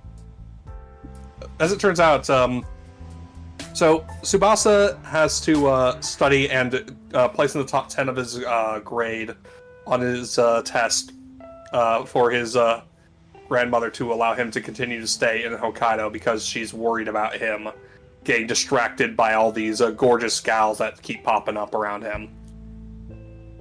And he does so with the help of his senpai who helps. Gorgeous gals who keep popping up. Yeah. Specifically Rena, who is next door neighbor, and who helps tutor Tsubasa and gets him back and helps him get his performance up to snuff to satisfy his grandmother's expectations. But yeah, Minami spots them together and has an odd feeling in her chest that she doesn't know how quite to place. But she chalks it up to just being excited to see Rena because she basically idolizes Rena because, she's a cool, classy lady. But yeah, Rena has Tsubasa promise to basically to take her out on a date if he does well on his test, as a payment, or not payment, as kind of like a reward for helping him study for the test. And Minami's mother spots them and tells Minami about that, and that's the cliffhanger of the most recent episode. So I'm curious as to how that will play out and if that will affect the status quo any. Mm-hmm. Be very interesting to see if that motivates Minami to be more assertive going forward. I do wonder how she's a very forward person in terms of like befriending people and just getting to know people in general. So I'm curious if this will just make her more aware of how she feels about Tsubasa, and if she realizes her feelings are more romantic than friendly in nature. Mm-hmm. Be very curious to see how that goes. Yeah, it's pretty fun so far. I do like a good light-hearted rom-com in the winter to warm the fuzzies and such. The next show is not nearly as warm and light-hearted, though. Moving on to your next solo show, Jack. Ishura. I fucking love that spider tank design. So fucking metal. Yeah, it looks like it's made of metal. God fucking damn it. I set that one up. A little I bit, did yeah. set that one up. But yeah, spider tanks in the fantasy world, pretty neat, gotta say. But yeah, this is Nihilo the Vortical Stampede's weapon of sorts. So I can see why she's called Stampede. But yeah, the actual conflict of the show has finally kicked off, and we have the first of the Shura actually dying at this point. And that'd be Higuare, the Pelagic, aka Plant Boy, who has unfortunately perished due to the unfortunate fact that he decided to emit poison gas in an area that he tried to use an AoE poison gas attack, and the Angel of Death did not take kindly to her charge being threatened by that because he was in the general vicinity. The irony being that Higuari was not engaged in combat with either of them. He was trying to defeat Kia, who had come to basically rescue a friend, someone whom she'd befriended, who was the comrade of her mentor, basically, and whom her mentor was trying to murder because she knew too much. Very complicated stuff going on there. But yeah, so Higuare just at first tries to use his poison daggers on Kia to, beat her, and she just no-sells it with her bullshit magic powers. And then he tries the poison gas thing. She tells him it's not going to work, and Mystique kills him. Which Kia's like, wait, I didn't do that. What happened? Nope, we gotta go. Never mind. Fuck it, we're out. We're gone. But yeah, well, the conflict has escalated, and the main base of the faction that Yuno and Sojiro have joined has been attacked by Taran's forces. So we got Wyvern on Wyvern violence going on as well in the sky, so that's fun. Overall, the whole situation has escalated. And Yuno has also encountered Dakai, who is the one who woke up the golem that destroyed her hometown. So, and she basically has a whole rant at him, and he just tells her, no one knew this was going to happen when I pulled out the thing from the golem. Everyone was looking forward to how to solve the maze before it happened. What, are you just looking for a target for your revenge because you don't have anything else you can do to deal with your grief? Go ahead and try to take me. I'll wreck your shit, but go ahead and try. So yeah, very interesting take on Yuno's whole situation. Mm-hmm. And it'll be very interesting to see how the whole overall conflict plays out, especially with all these superpowered beings going at each other.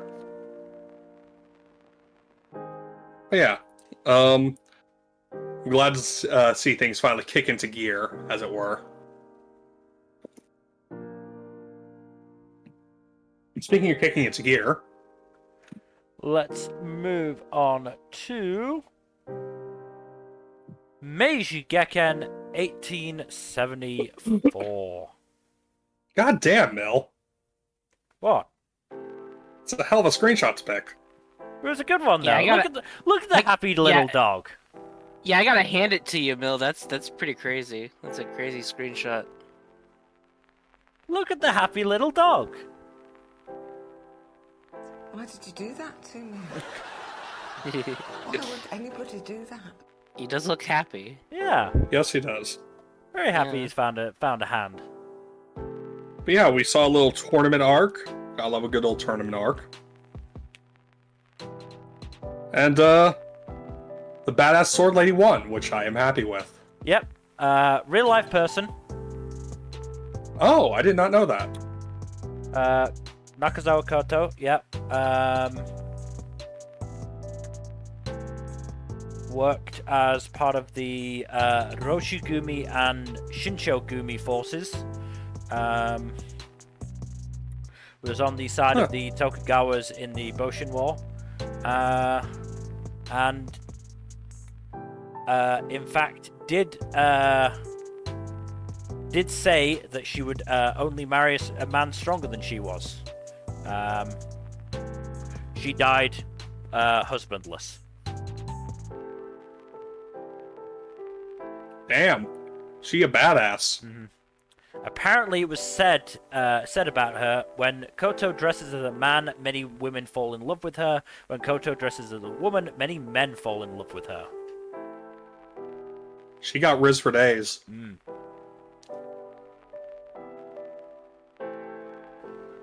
But yeah, another big thing, as it turns out, Hinazuru is Sumie. Yep. Which, that makes sense. I can't remember. Is that the direction we were going in when we talked about it last? No, we had no clue. Fair enough. But yeah, I am mixed on the miscommunication bullshit that leads to her not going to meet up with Shizuma. because I fucking hate miscommunication bullshit. Yeah. Or rather, misinterpretation in this case. To be fair, there is very Deathseeker-y vibes from Hinazuru. Oh, yeah, absolutely. I mean, part of that was due to the fact that she thought Shizuma was dead, though. Yeah. I mean, she also is also dying. Mm-hmm. It seems. What do you want to wager it is? It looks like tuberculosis. Tuberculosis is generally a good bet from with blood from the mouth. Yeah. That tends to be the only disease people think of when they think of blood from the mouth. Mm-hmm.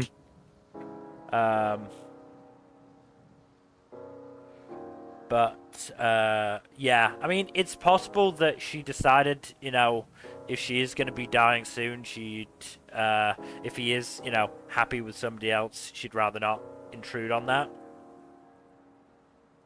Look, the mentality is laudable, but I still hate that it's because of, miscommunication bullshit.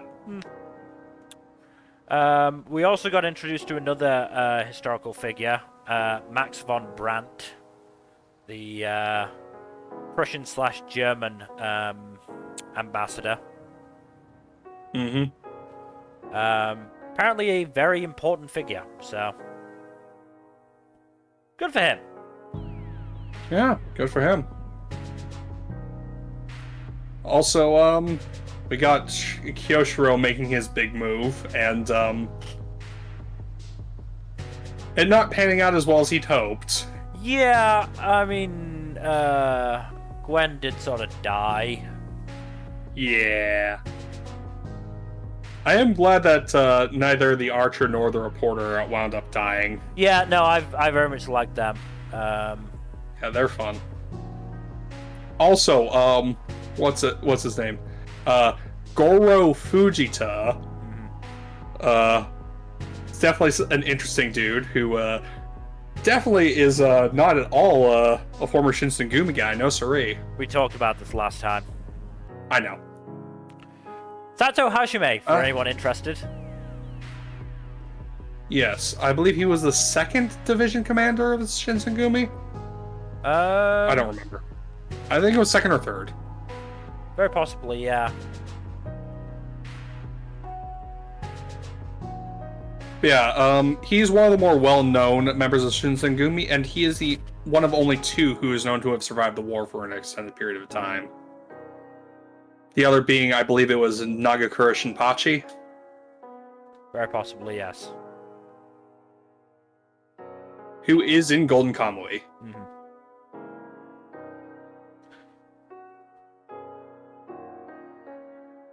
But yeah, I am very curious as to what Goro's deal is going to be going forward, though. Because he did a lot of shit this most recent episode. Yeah. That makes it very difficult to pin down where his loyalties lie. You know what I mean? Yeah. I mean, he seems very much like the wet works guy for the government. Yes. That is probably where I would place him, but, like, at the same time, it's hard to say. Because, again, he's doing a lot of shit all across the board. I mean, it very much seems like Kyoshiro is trying to keep opium out of Japan, which, we know is the good thing. Yes. Man, it's always... If I had a nickel for every time we had a winter show about 1800s Japan that dealt with opium, I'd have 2 nickels. Which isn't a lot, but it's where that happened twice. Yeah.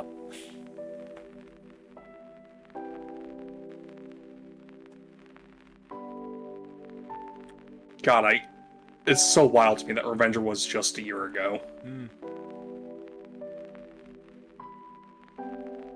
Yeah, so, what's your overall opinion on this one so far? I think it's been good. I've been enjoying it. I think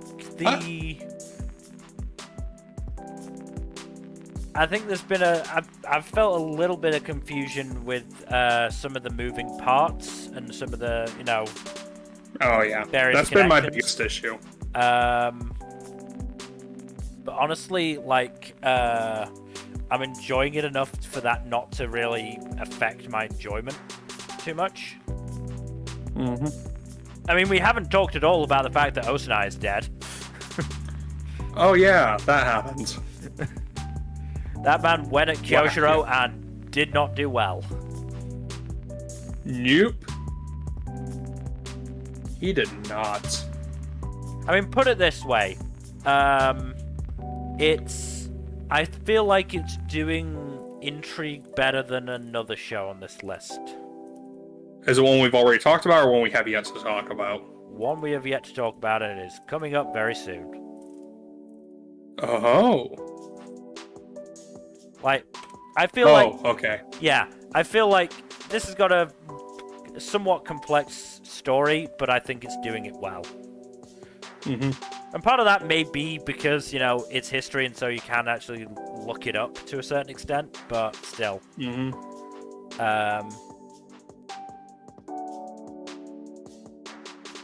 Also, you know, the fights were pretty well animated.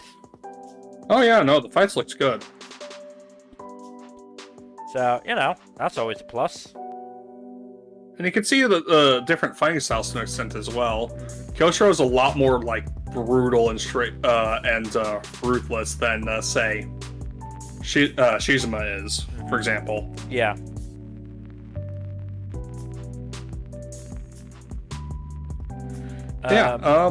But yeah, I mean, the shit has hit the fan now, so I'm really looking forward to what we get tomorrow. Yeah, it should be interesting, that's for sure. But let us move on to a show that I don't think has been doing the complicated story quite so well. It is Metallic Rouge. It's a damn shame because it's been some fun stuff overall. Yeah. But it has not been doing great with the intrigue. I mean, also, it's kind of insane how many people they've already met that have apparently been part of the Immortal Nine. I mean, that's sort of my issue. They haven't been We met setting this 7 or 8 of them. Yeah, Yeah. It hasn't been setting the stuff up. Is the issue. Mm-hmm.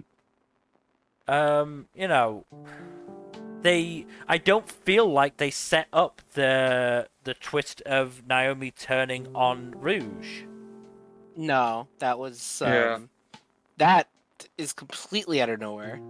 You know, Not to mention, like, there's also hints that Naomi has an agenda that might indicate that she did that as a ploy for some reason.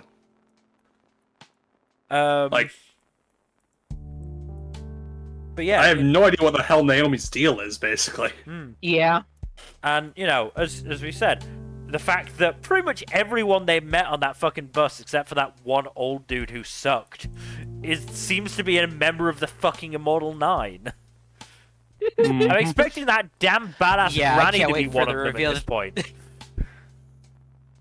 I can't wait for those fucking kids to also be the Immortal Nine. Look, if God. they pull a Mr. Villain's Day off where the both of them are one fucking robot, I'll be happy with that. That'd actually be pretty sweet. But maybe this is just because of you know, how I've been watching it, but I also was sort of getting confused at the fact that did they really like establish these two big organizations? Kinda? Like a little, but not really. Like, I feel like they've absolutely mentioned the names of Acrona and Alethea, but I don't feel that like they've actually really established what they are. This show has been very, very, very hard on the show. The show don't tell spectrum. Yeah. Yeah. And I think that's almost to the detriment. I do feel like this show, I think they if just it does more explaining later on, would probably benefit from a rewatch. But that also depends on how much of the show we have left. Yeah. We just need an episode that actually starts the story from like the beginning when she actually started hunting down the Immortal Nine and was assigned to her mission and everything. Like just start from where it would have I mean, made sense to start. the thing is, I think they consider that they've done that because they've had the flashbacks where fucking what's his name, Young Jung, Jin, it's Jin Youngheart, so I got close. But Jin, was like, oh, these guys killed my dad, who is also possibly your dad. You should go kill them. Yeah. We do have that, but we don't see we never saw her killing like the immortal that she's already killed like before episode 1. Is what I mean.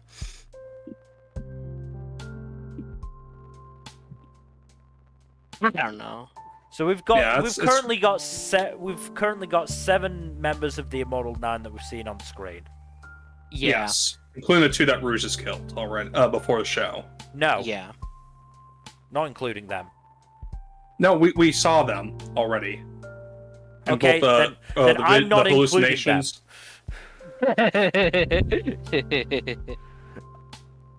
Okay, so there's Kenjiro Suda.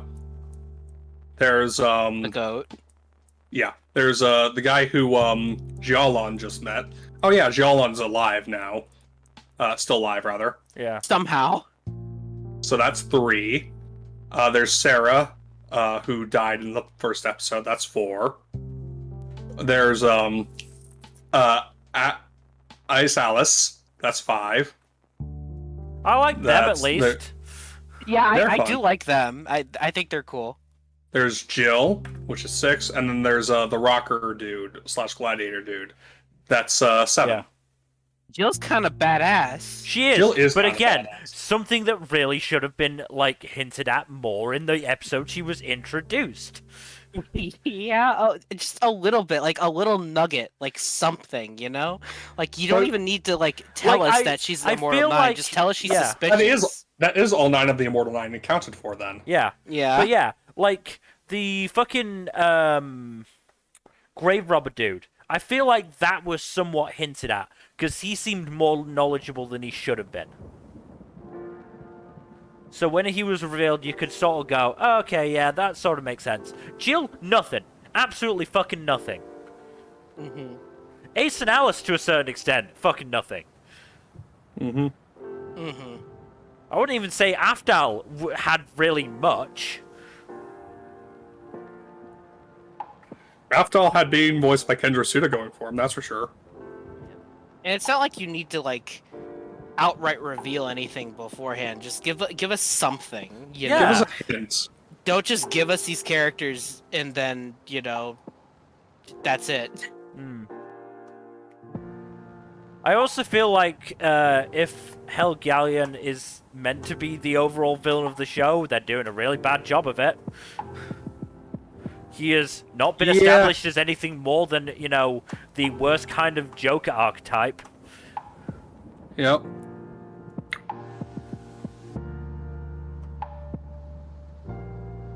While I'm thinking about it, I do want to give credit where it's due. I do like that one scene where they're trying to figure out who the killer is, and, and Rouge is all like, I'm gonna punch them all. Yeah. See who can take my punch. Dog. Yeah. Oh god, the dog, that was genuinely funny. We shouldn't laugh at it, but it was so funny. It was funny. Also, did he kill that dog? I don't know. I hope he didn't kill that dog. I'm glad they didn't show the dog at least. Yeah. Yes. That was very funny. Also fucking Ash running through the corridors, huffing and puffing, going, I'm not gonna quit smoking cigarettes. I don't care. I'll make it eventually. That was so funny. That was great. Also, honestly, the Detective Ash has been so fun. He's been honestly, I feel like there's 2 shows here. That's sort of the issue. I feel like they're trying to pack too much into one show. I feel like you've got the actual mystery aspect of it with Ash and Noid 262. Them doing their buddy cop shtick. which, I would love a show about. But there's also, the stuff with Rouge, which is more philosophical. Mm-hmm. And I feel like Yeah. if they just focus on one aspect of the show, it would be better. But they're not. The other thing is, like, this kind of thing could just be, like, really helped if we knew how long the show was. Oh yeah, that too. Like, the pacing of this is all sorts of janky. I mean, I'm going to be honest, this is the pacing of a one-core show. It is, but you never know. It is I mean, to pacing be fair, has the content of a 2-core. to be fair, High Card did that to us as well. But I Yes. don't think we want the show to be taking after High Card. No. We really don't. We really don't. I don't want this to be another high card. Yeah. I really hope this is 2-core, honestly. This needs more time to cook. I don't even care if it's 2-core. I just wanted to get its shit together. Yeah. But genuinely, I can agree with that. I Yeah. get the feeling that they think that all that bullshit with the puppeteer was actually fucking exposition. And they think they've explained enough with that. I mean, it only kind of was, and what's fucked up about that is that it was kind of tempered with, so we don't know like what was completely true in that scene and what wasn't. Mhm. So It's very confusing. yeah.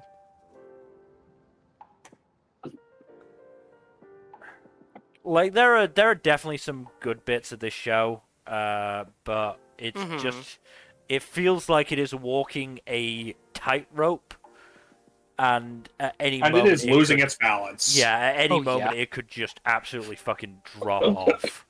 Yeah, and it's a shame because like this was my most anticipated this season, and it's like it's not even bad. It's just it's not. It's underwhelming. It's not, It's this not could have living been up so to much the more. expectations. Yeah, pretty much. Like this is just high card all over again. Actually, no. Tell you what show it reminds me of. Let me try and remember the name of it. Until you remember that, I'm still enjoying it well enough, but it's like I wanted so much more. Yeah, it's kind of reminding me of Tacked Up Symphony. Oh my god, God, Attack on Tacked Destiny. Destiny. Sorry, Symphony was the mobile game. Yeah. I remembered you sent the message in the mobile gaming chat, so that's where I was going to get the name from. yeah, that's another one where it's like, man, this has the pieces of a great show, and it had the pieces just, there, and it just didn't follow through on them well enough. It just didn't. Yeah. And it's another show that looks very pretty, but yeah. Like I said, I just think they're trying to fit too much into this show. Yeah. I can absolutely see that. Yeah. Like, I mean, we'll see what happens. Who knows? At the end of the day, we do not need all this bullshit with Alethea and Acrona. Yeah. The politics, I could take or leave. We really do not need that stuff. Just make it a fairly basic, what is free will, what is humanity story. For the love of God. And honestly, from that angle, I do like the show. I think it's doing pretty decent with that stuff. I can absolutely see what they're trying to do with that. It's just all muddled up in other bullshit. Yeah, exactly. Fuck. I'm looking at stuff that I really like about this show, and it's just Here's the thing. Could it not have been maybe, an Immortal 5? Maybe a 7. Yeah. Maybe a 7. Maybe a at 7 most. if you want to be ambitious. Yeah, I don't know. Yeah, Immortal 7 I think would have been fine because the rainbow. Yeah. But yeah, I'm still gonna keep watching the show. Yeah, I'm too committed to just drop it out of nowhere. But And I'm still absolutely loving the dub. Yeah, the dub's very fun. Yeah, no, it's good. It's good when it is good. It's good when it's not firing on all cylinders. It's just like it's frustrating. Yeah. Oh, and what the fuck's going on with Rouge's twin? What the fuck yeah, is I that don't- shit? I don't know what is that? how to deal with that. What Like, is who? actually going on with that? I'm so confused. They haven't explained anything Yeah. about it. I have so many questions. Jin just sort of had her there. Yeah. And now she's apparently got blue hair and is called Cyan Blue Star? Because of course she is. Fucking The names in this show are wonderful. yes. Also, I will stand by the OP being a bop. I like the OP and I like the ED a lot as well. Yeah, the music in this show is consistently. No, great. the music has been Yeah. consistently excellent. It absolutely has. The animation has also mostly been very good. Yeah. Mm-hmm. Production-wise, it's been great. It's just the story. Yeah, it's just the fucking Come story on, that's... Bones, get your shit together. Come on, Bones, don't fuck me over like this again, Come please. on, Yutaka Izubuchi and Toshizo Namoto. Get your shit together. What else have they done? So Izubuchi, is mostly a, designer of, costumes, characters, and creatures, and mechanical stuff. Let me have a look on Mal. Wait, what role is Izubuchi doing? Ryder. Oh, okay. I see. Well, he's the original, or one of the original creators for it, I believe. And he's doing series composition. So let's see. So there's also Toshizo Namoto. So he did quite a bit for Star Blazer Space Battleship Yamato 2199. He did series composition for Skullman back in 2007. I see. He was the original creator for a movie called Razephon Pluralitas Consentio? Yeah, Razafon. I know Razafon.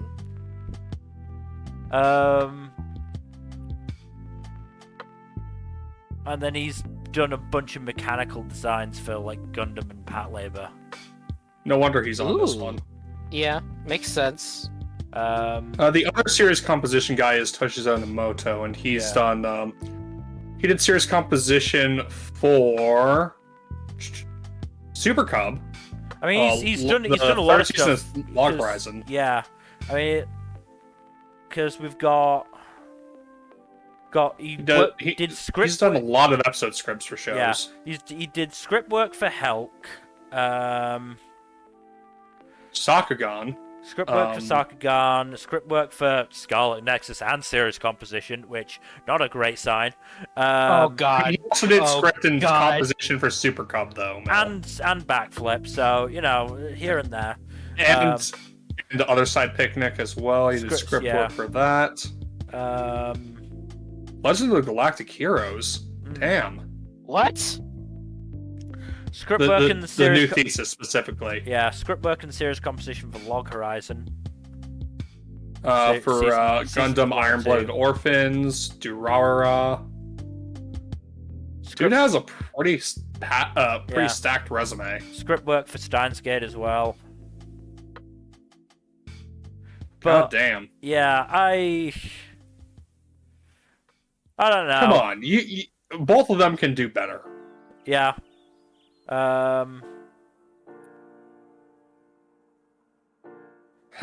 We should probably move on to something more lighthearted to talk about. Something chill, something to, make us feel good. I mean, looking at the other apparent script writers, they've got some really good people here. Yeah, I remember seeing the staff seemed somewhat promising, so... Wait, let me check something. How did we feel about episode 6? I can't remember what that exactly was now. I don't remember that one either. Oh, Episode 6 was the Among Us. Oh yeah. So okay. Okay. So we can attribute episode 2 and episode 6 to Kimiko Ueno, who Those are also the 2 episodes that most heavily focus on Rouge's dynamic with Naomi. Yeah. So yeah, I think we can chalk her work up as being pretty good. Yeah. Episode 5 was Noboro Takagi. Episode 7 was Tsukasa Kondo. Episode 7 was very confusing. Yeah, I'm not a huge fan of that one. To be fair, the only other thing he's done is screenplay for Altered Carbon Resleeved. Ooh?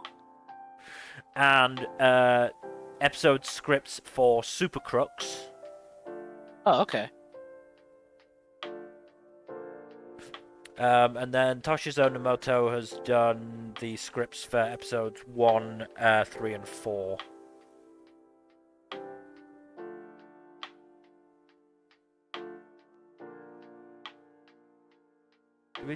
Did I see who did episode 5? Yeah, it was Nope. Noboru Takagi. Yeah, that guy. Okay. Who did series composition and some scripts for Undead Murder Farce, series composition for Inspector, and Kingdom, a lot of Kingdom, and Golden Kamuy. So, I mean, I'm not surprised there's a lot of Kingdom and a lot of Golden Kamuy, so... yeah. Either way, there's some good names on there, but maybe it's because there's been so many writers. Maybe there should be fewer writers. Too many cooks. Get Too many yourself cooks. to centralized, decision makers. Too many cooks. Too many cooks. I don't know. Too many cooks. Too many cooks. Too many cooks. Too many cooks. But yeah, let's move on to Happier Trails with Mr. Villain's Day Off. This is a good show. This show It is feels great. So much better. Just thinking about the show makes me feel better. Yeah. I'm just happy thoughts. Just so wonderful and wholesome. Yes. So the amusement park that Watamono went to in episode 7, I believe. Yeah, episode 7. I've been there. What? Yeah. Yeah, Mills went to Japan, didn't you remember? Well, I, of course I remember because he doesn't shut up about it. But I'm I very didn't know proud he of the did that fact. specific. Shut up! I don't care. So I'm kidding. I have been to Asakusa Hanayashiki, the amusement park, and you want to know why I remembered that I had been there? It's because of the fucking Panda pandas. cars? Yeah, I remembered yeah, the the panda panda cars. cars. I vividly remembered them. I mean, I remembered other things once he started going around it. So there was one particular ride that was like a merry-go-round, but the compartment you're in spins around. Yeah, I went on that ride. It was not comfortable because it's made for a Japanese person. I'm not the size of a Japanese person. Right. Japanese people are very lean compared to, Compared to my fat ass, yes. Well, no, compared to like the average in the West in general. But really. yes, compared to Just my America. fat ass, yes. So to give you an idea, Little Walker from My Hero Academia is considered plump by Japanese standards. It's kind of stupid. Yeah. But yes, so the belt holding me in place did rather cut into my stomach. But I see. But yeah, no, it was really cool to get to see that. Really cool.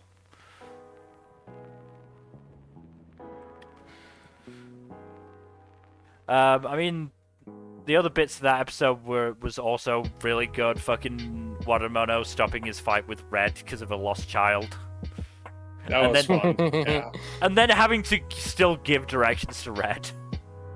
And he does it because of pandas. Yeah. Red's Zorro ass. Mm-hmm. I love that Zoro's still the reference point we use for people who have shit sense of direction. Of course. I mean, it's the most well-recognized one and also Yeah. the most iconic. yeah. Yes, exactly. We've also finally been introduced to the Pink Ranger, who's pretty great.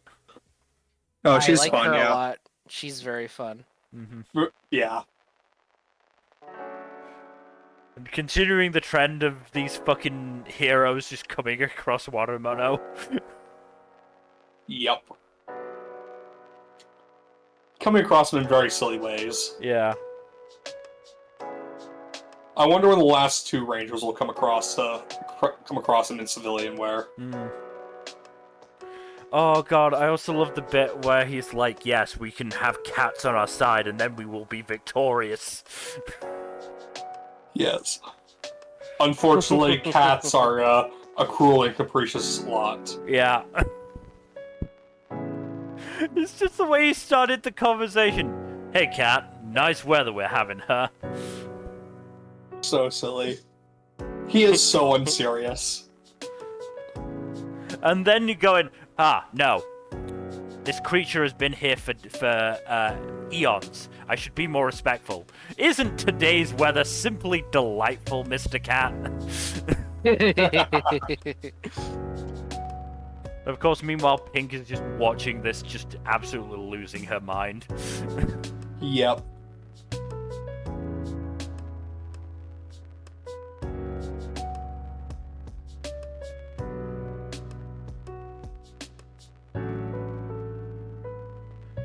We also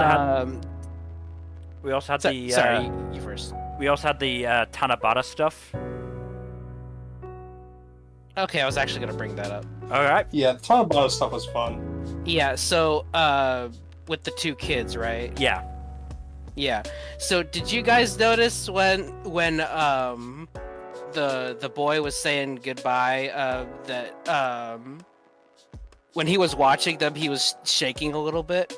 I did not know. Yeah, he was shaking a little bit, so I'm pretty sure he had a Aw. very emotional reaction to that, which is very adorable. Yeah.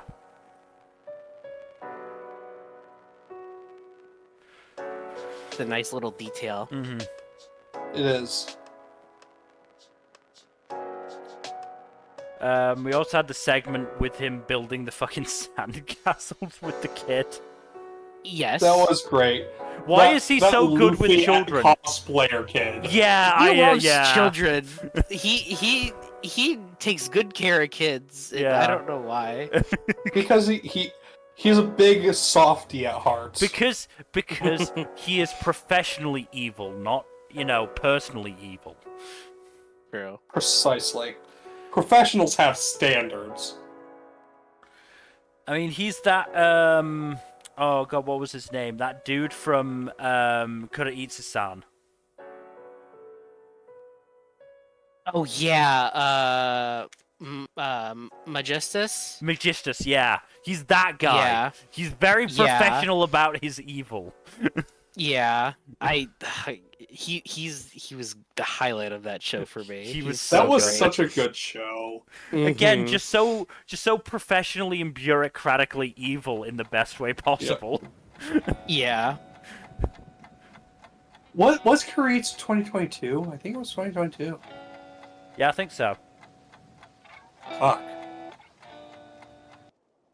It's been 2 years. Good God. How time flies. Yeah. Yep.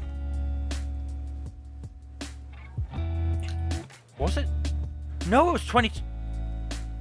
I think it was 2021. Was it? What? I'm no. looking right now. No. No.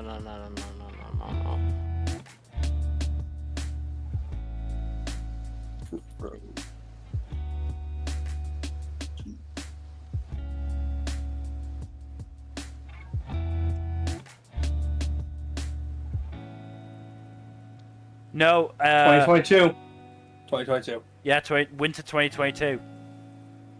2 years ago, almost exactly. Fucking hell. Yeah, 2022. Yeah. God, Okay. my brain is not working today. No, it's fine. That show was a long time ago. Yeah. To be fair, 2020 through 2022 have felt like a huge ass time slurry. Yeah. It's only now that time feels like it's even semi-normal. And we're already almost done with fucking February. Yeah. We also got introduced to Watamono's erstwhile rival. Oh yeah. Yeah, Who Studio is just Trigger. absolutely flabbergasted to deal with his actual quirks Yeah. as a person. It was pretty great. Yep. Good old Studio Trigger. Voiced by Yuichi Nakamura. Mm-hmm. And then, yeah, Watamono trying to count pandas. And No. it not working at all. Yeah. Because he's so fascinated by pandas, he could never fall asleep just by thinking about them. God.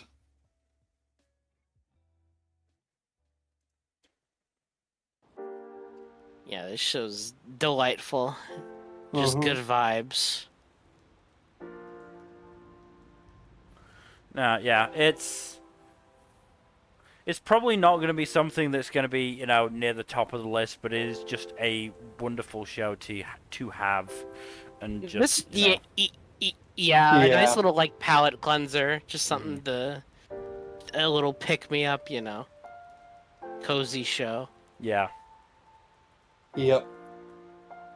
But let us move on to a new addition to the list, which is Ninja Kamui. Any relation to Golden Kamui? No, unfortunately. Damn it! Oh, No, this well, I should leave then. It's not good Yeah. enough. I'm sorry. Okay, all right. This one is a late edition because it just started 2 weeks ago. Well, I guess almost 3 weeks ago now. It's an Adult Swim original, which those can be pretty hit and miss. But this one is easily the most promising one in a while. It's by Studio. It's from the it's from Sung-Hoo Park, the director of, at the very least, Jujutsu Kaisen Season 1. Yeah, Jujutsu Kaisen Season 1. It's his. This is from his new studio, and it shows. The action in this show is incredible. It's probably the best this season. Good. It's absolutely insane, bonkers shit. It's it's basically John Wick but with ninjas.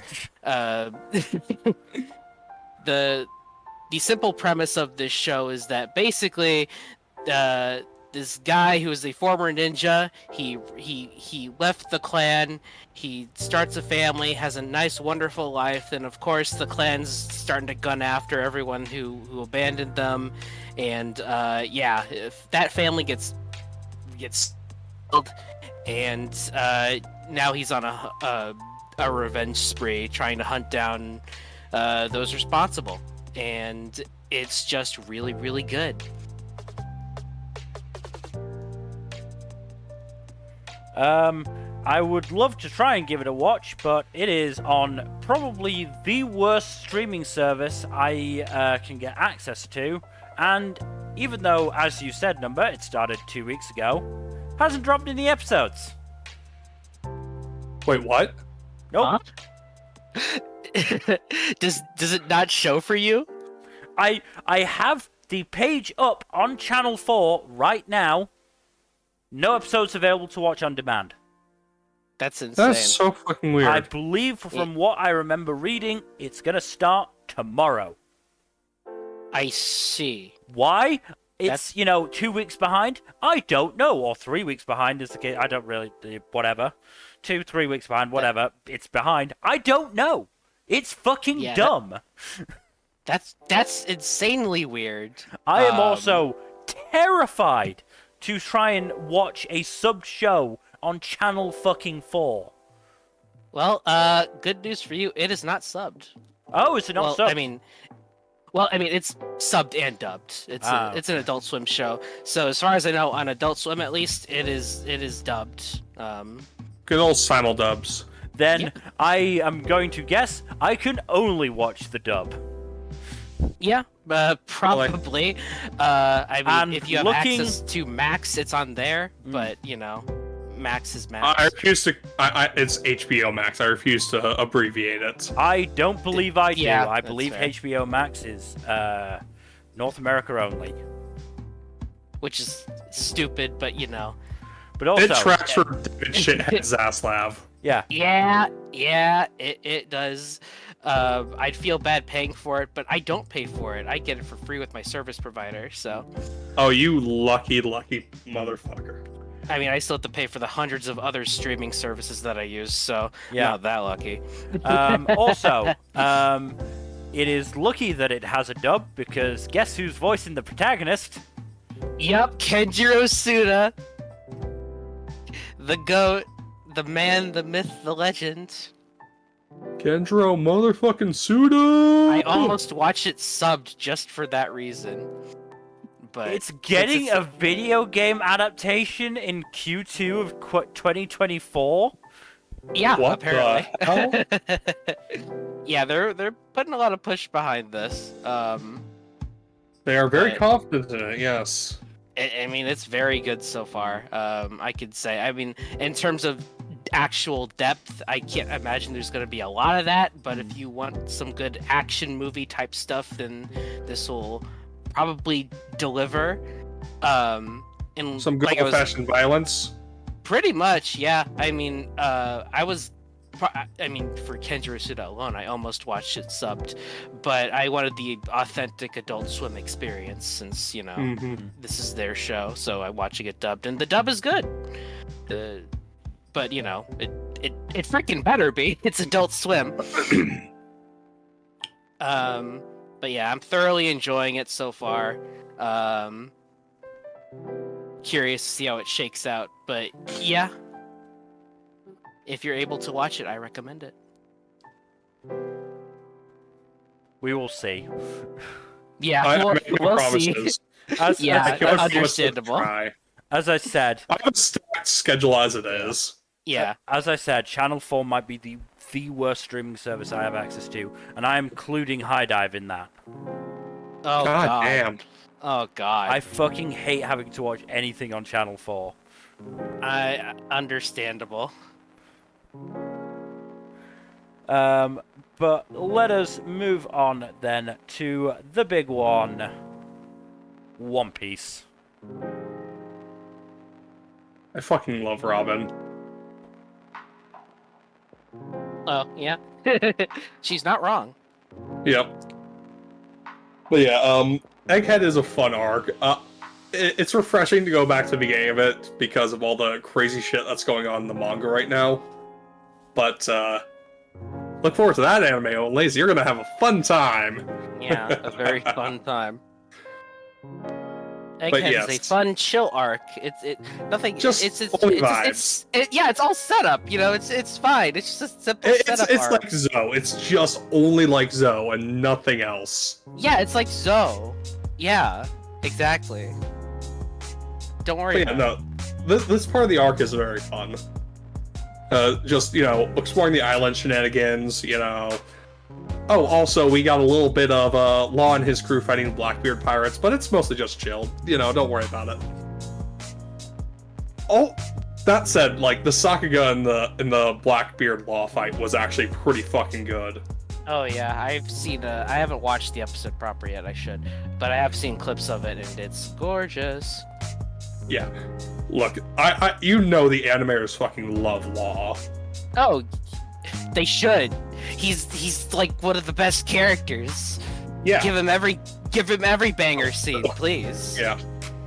Yeah, literally all the major Blackbeard pirates have eaten devil fruits, and we find out some of them here. The one that's most alarming is Augur, who has a fucking teleporting ability. That is horrifying. That is so OP, especially on a sniper. Yeah, teleportation on its own is hacks. Give it to someone who has long-range attack abilities, and you have a broken-ass person to fight. Yeah. Good luck, Usopp. I love that the general consensus is that Usopp is going to be fighting Van Augur. I mean, it's sniper battle, you know? It'll be...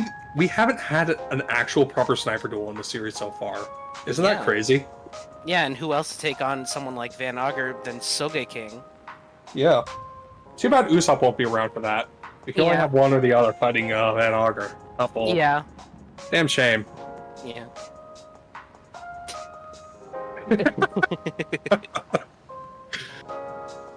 But yeah, so Luffy, Chopper, Jinbei, and Bonnie have been goofing around a little bit. And we get the reveal that Kuma is Bonnie's father. So that's oh my god, that's crazy! Oh. We're all current on the manga. Yeah, I mean, yeah. I mean, you know, in the moment, it's like, whoa, that's crazy. Oh, it's a big reveal in the moment, and it explains a lot. But like, yeah. Oh boy. Gee, I hope we get some sort of backstory involving that soon. That'd be great. Oh yeah, that'd be super super big. Super crazy. Yeah. But yeah, interestingly enough, with Bonnie being involved in this arc, as of Egghead, the only supernova not to get any narrative focus is a Rouge. Oh yeah. Give my boy a Rouge's screen time, damn it. Yeah? Last time we saw Rouge was him witnessing Kaido skydiving.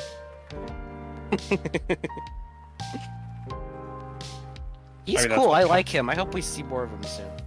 We might, given that Anaru is definitely coming back. Eventually.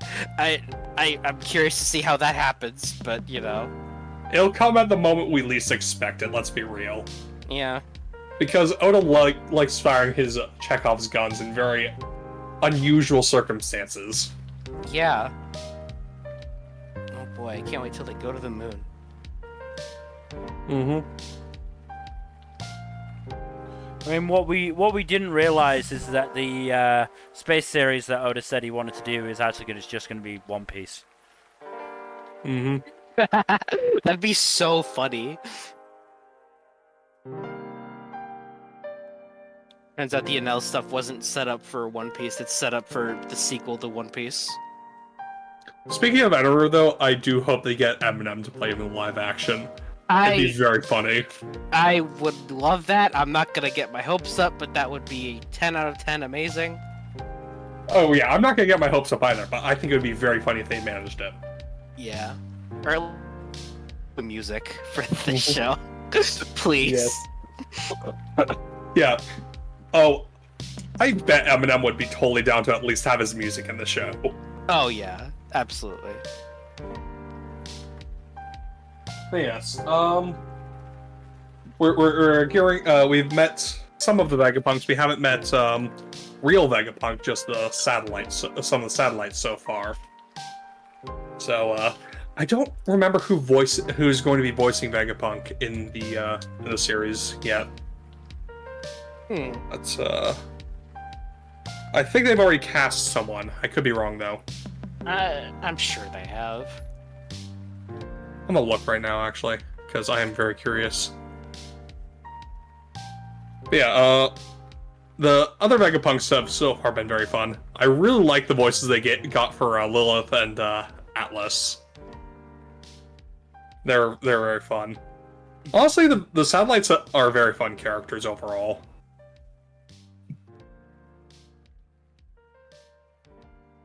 Yohei Tadano. It's not I one am of not familiar. Yeah, that's not one of those that rings a bell. He's probably one of those voice actors who plays a lot of old guys. Because, you know, Vegapunk is an old dude.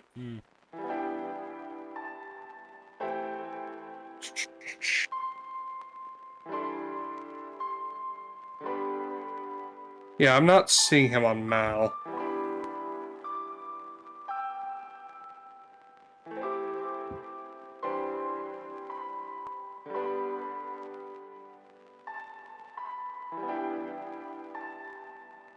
No, well.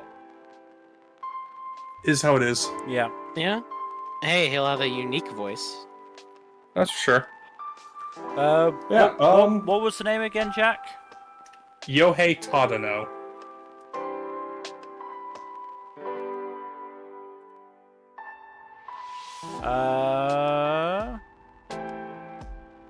So...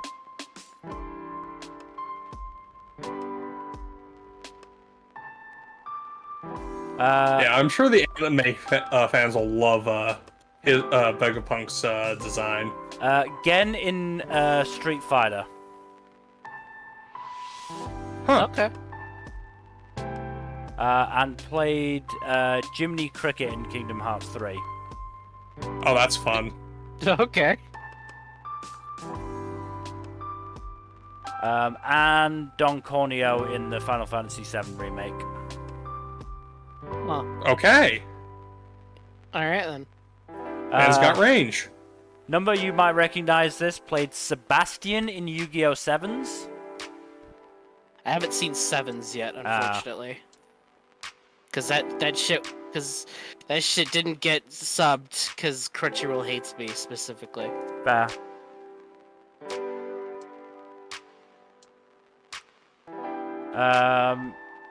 He has also been the Japanese voice for Clint Eastwood, Willem Dafoe, and Steve Buscemi. Oh, those are some big ones. Oh my. I get the feeling he's been around a while. He is also the Japanese voice of Rick Sanchez. That's wow. Oh my god, that's perfect. That's amazing.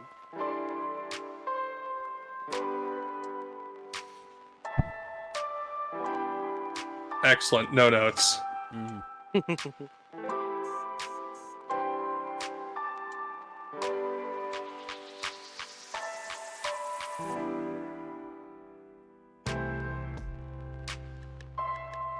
I think he also, certainly in Star Wars Rebels, voices Yoda. Huh. I see.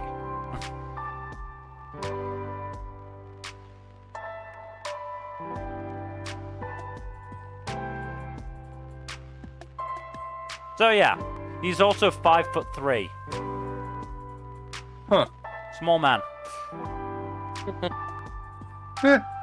But That has nothing to do on his abilities as a voice actor. Nope. But I think we can move on to Ragna Crimson. God damn. Yup. That a lot happened. Did you watch today's episode number? I did. Same. I did not. Fuck. Shit's about to hit the fan again. Yeah. Also, we get the saddest breakup in history. Yup.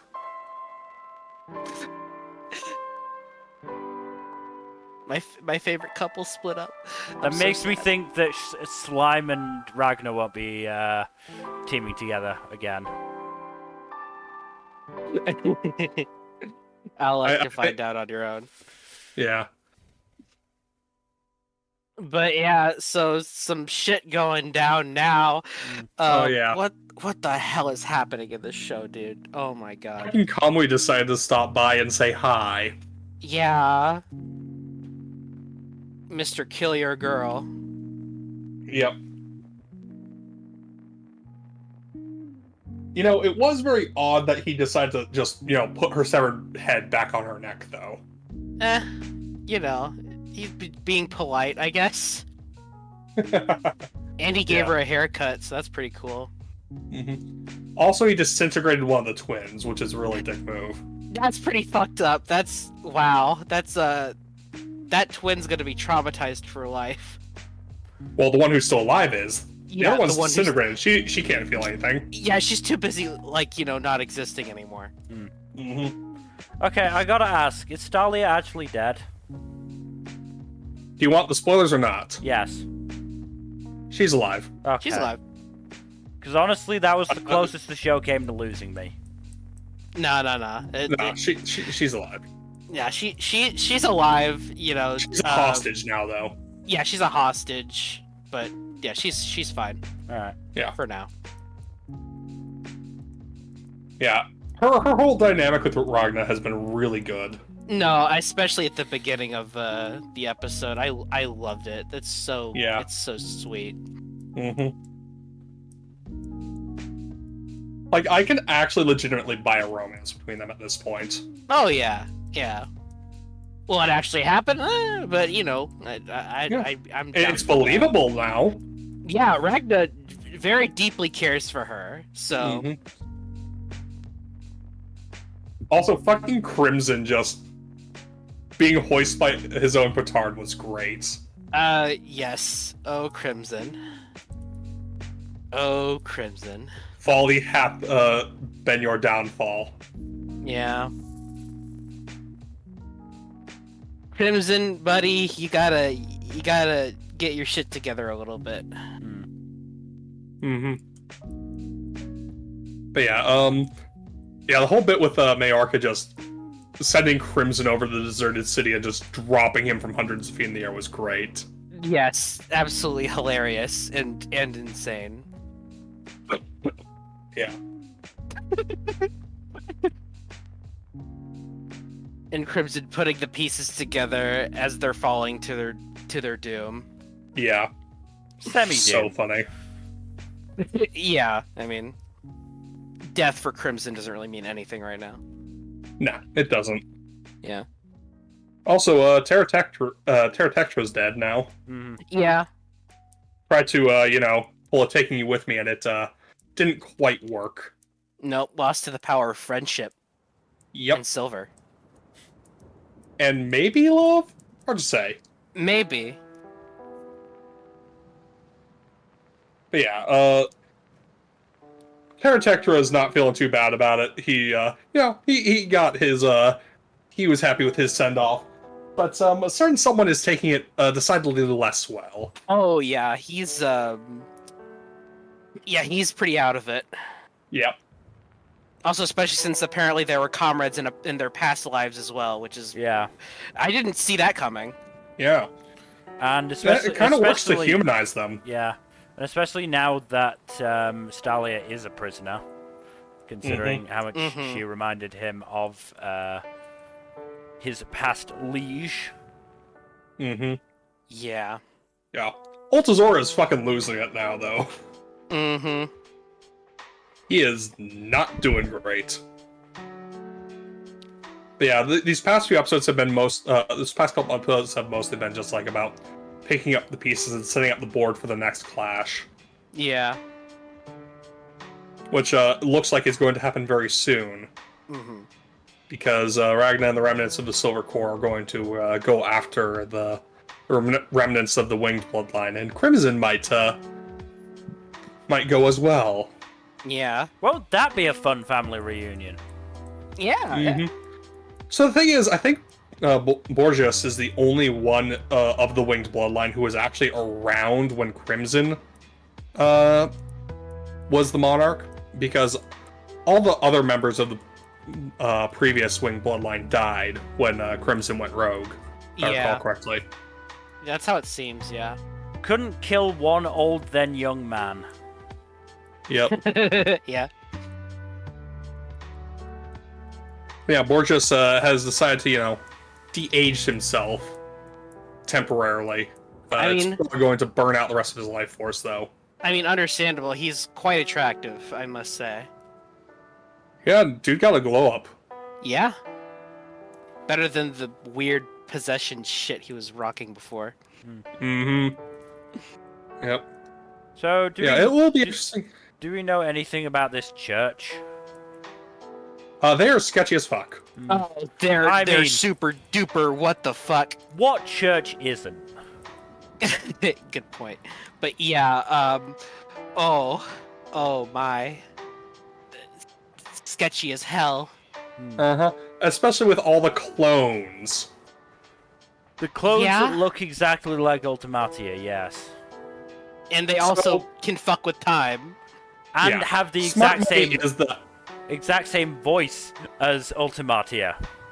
And mannerisms as Ultimatia. So smart money is that before she became a dragon, Ultimatia was one of those. Yeah. Also, I'm That's not how it joking seems. about the voice, it is the same voice actress. Yeah. I'm not shocked.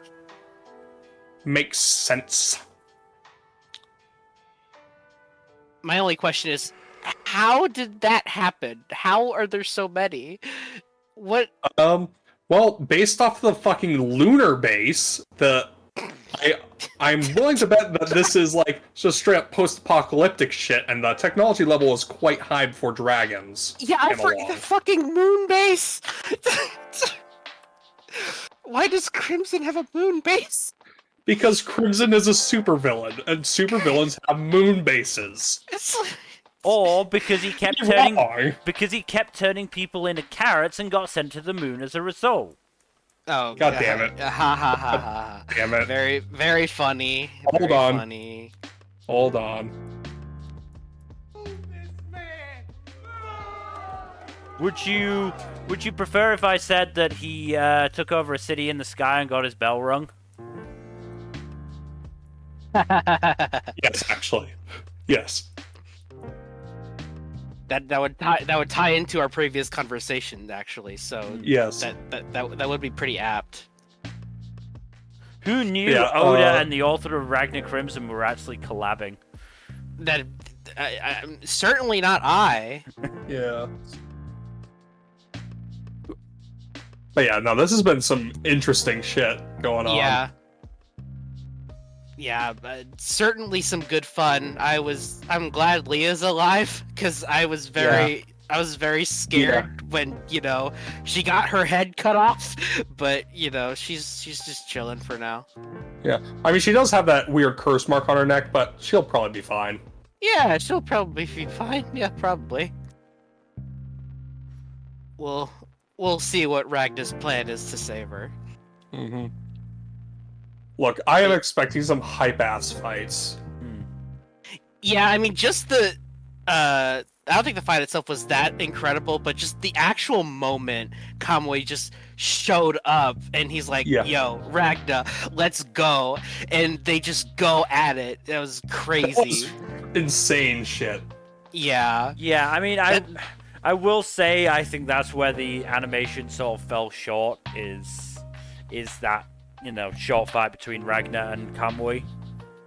I'm okay Yeah. with it because it's not meant to be their big fight, so I'll let it go. Yeah, they're Yeah. clearly building up to a bigger confrontation later on. And just from a story standpoint, that moment just happening kind of just carries it anyways, so it's Yeah. fine. It's like, oh, this is the shit I live for. Yeah. Let's Mhm. go. Yeah, no, it's good shit. Mm-hmm. I'm looking Yeah. forward to what's next. Oh, also the bit with Ragna collapsing because of Crimson's poison, and Ragna just gets up a second later. It's like, wait, what the hell? You're supposed to be dead. I guess the poison just doesn't work on me. Those were nano machines. No machine, son. Those were nano machines. Those were supposed to kill you. That's what It's like, oh, Crimson gets for relying on AI. is it because I'm half a sword? Then you should be half dead. I mean, look at me. I pretty much am. Ragna's literally just too angry to die at this point.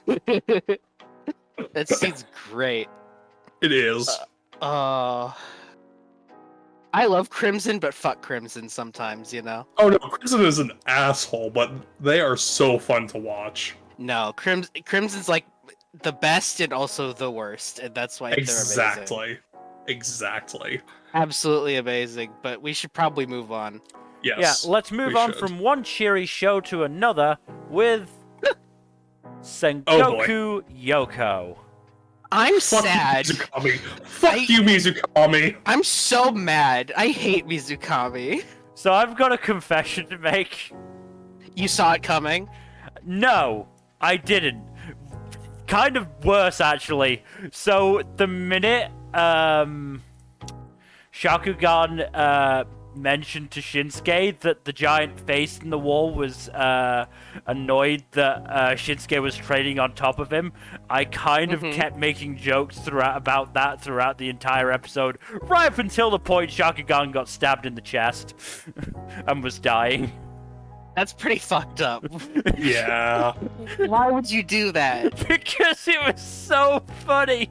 Just this fucking voice. Tell me what's happening. I can't see anything. Okay, You guys right. promised not to be dicks. You're right. It's funny. The one that I was just absolutely killed me. I couldn't even get it out. Was when they were like, "Oh, Jinka, feel the babies and the pregnant lady." I was just going, I want to feel them too. Put a God belly, damn it, Mel. Put a belly up to my Man. giant face. God damn it, Mel. I hate you so much. I hate you so much, but oh my god. Oh my god, dude. Oh my god. Oh god. I was dying. I really was. Oh god. Oh, that is so funny. Oh my god. Fuck you for making these jokes in this episode, dude. I know, oh I my felt god. so bad. I felt This so is- bad. This is the fucking episode that has no actual credit sequence. It's just the black credits with the Yeah. sad song. Yeah. No opening Come on, either. man. Oh god. Rip Shakugan. Oh. Yeah.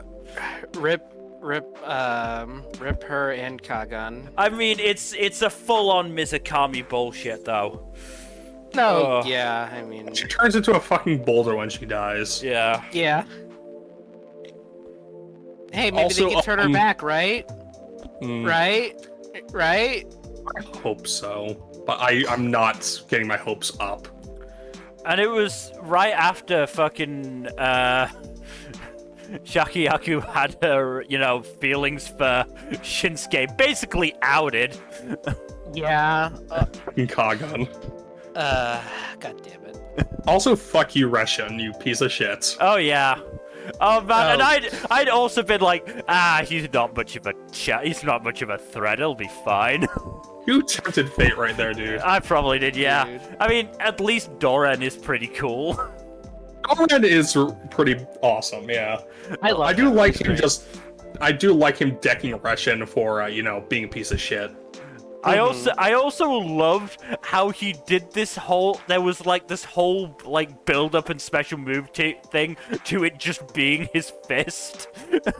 Yes. Like they had mean- they had the special text on screen, like blunt force weapon of fortitude, the fist. It's just a punch. Mhm. It's a special punch.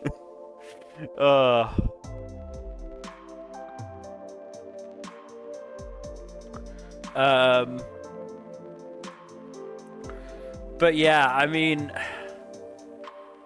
we had the Higan episode, which was pretty interesting. Especially introducing Senya and Dragon Dude, Jinon. Jinan, yeah. That whole Yeah. episode is buck wild because it just doesn't chill out for even a second. To be Yeah. fair, the episode after was a bit of a chill one. Yeah. Yeah, Doran being introduced is a lot different from Jinun being introduced. Yeah. Yeah. I love that Jinka couldn't hold his alcohol, but Shakugan could. Shakugan just drank everyone else under the table. That was pretty That's great. She has the Kagan buff, so it's fine. Yeah, but it was pretty great. And then the village trapped in time was a little sad, but I think it was really well done. Yeah, Mhm. it was. I think it was pretty well executed. Yeah, and I think And- Tama was the perfect character to do that with as well. Oh, absolutely. Mm-hmm. It's like in that when we got that episode, I'm like, okay, so this is what we're doing. We're just gonna see, this group just going around, just doing some shenanigans. Some good times. It'll be things will chill out for a little bit. Things will be happy. Yeah, woo. Fuck Sorry, you, Mizukami, you piece of shit. Sorry, I've gone back to episode 7 to remember some specifics, and I've just got the shot of the giant face looming. Shut up! God damn it! Fucking... How dare you? Just when they're having the conversation, when they're having the, the spar, and then the conversation after, you damn kids flirting on my head! Go to sleep! Shut up! Oh my god. You're awful.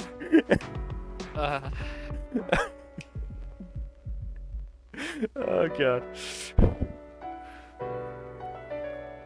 But yeah, no, this show remains fucking great. Yeah, it's Mhm. it's only gotten better, honestly, and it's but I'm sad now. Yeah, no, Yeah. but that's because the character work was so well done. Yeah, it was. God damn it. I really liked them too. I'm Yeah. sad. Oh, man. Ugh. Fucking stab in the Mizuki- chest. Yeah. Shakuga was a great character. Well, characters, and Mhm. I'm so. We lost 2 characters basically. Mm-hmm. Yeah. Damn I it. mean, yeah, to be fair, I do... There's absolutely a chance that she'll come back, I think. Yeah. Yeah, The fact that they actually sense the- the energy in the boulder. Yeah, and turned into a boulder to begin with, really. Mm-hmm. I mean, But to be still, fair, it- the other one, what was his fucking name?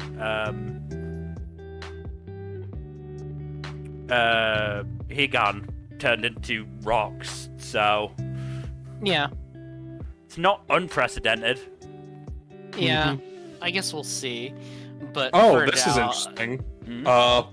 Apparently the adaptation was initially planned as a 2-core with the opening arc skimmed over. Mhm. I So would it's a 3-core now. hate So to this see. might have been just skipped fucking over in the initial plans. I mean, I remember reading that. Yeah. I hate to see what the material we've covered so far would look like skipped down. Yeah. It's already got it a would've. fucking breakneck pace. I mean, that's just Mizukami's style, though. Yeah. Some Hakyu Hoshin Engi shit. Yeah. Mhm. I mean, it's only 99 chapters, Yeah. manga. I'm glad Which they is- committed to a full adaptation instead of, Yeah. taking the piss, but Yeah. Yeah. Oh, I wonder what Mizukami himself had to say after that episode. He actually tweeted about it. Hold on. Let me check. I'm going to be so mad if it's gloating. First, he did an illustration of Shakugan, which Yeah, I Oh, that's saw just that.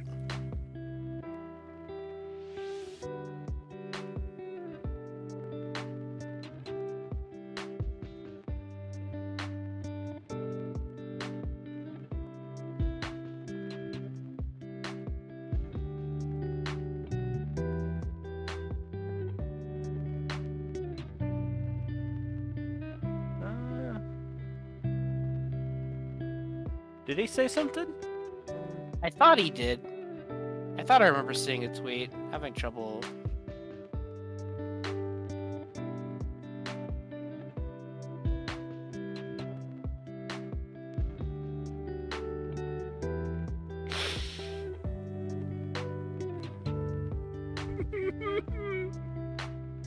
Oh no. What? What? Do you want to know what Google translates Shakugan as? What? What? Hot rock.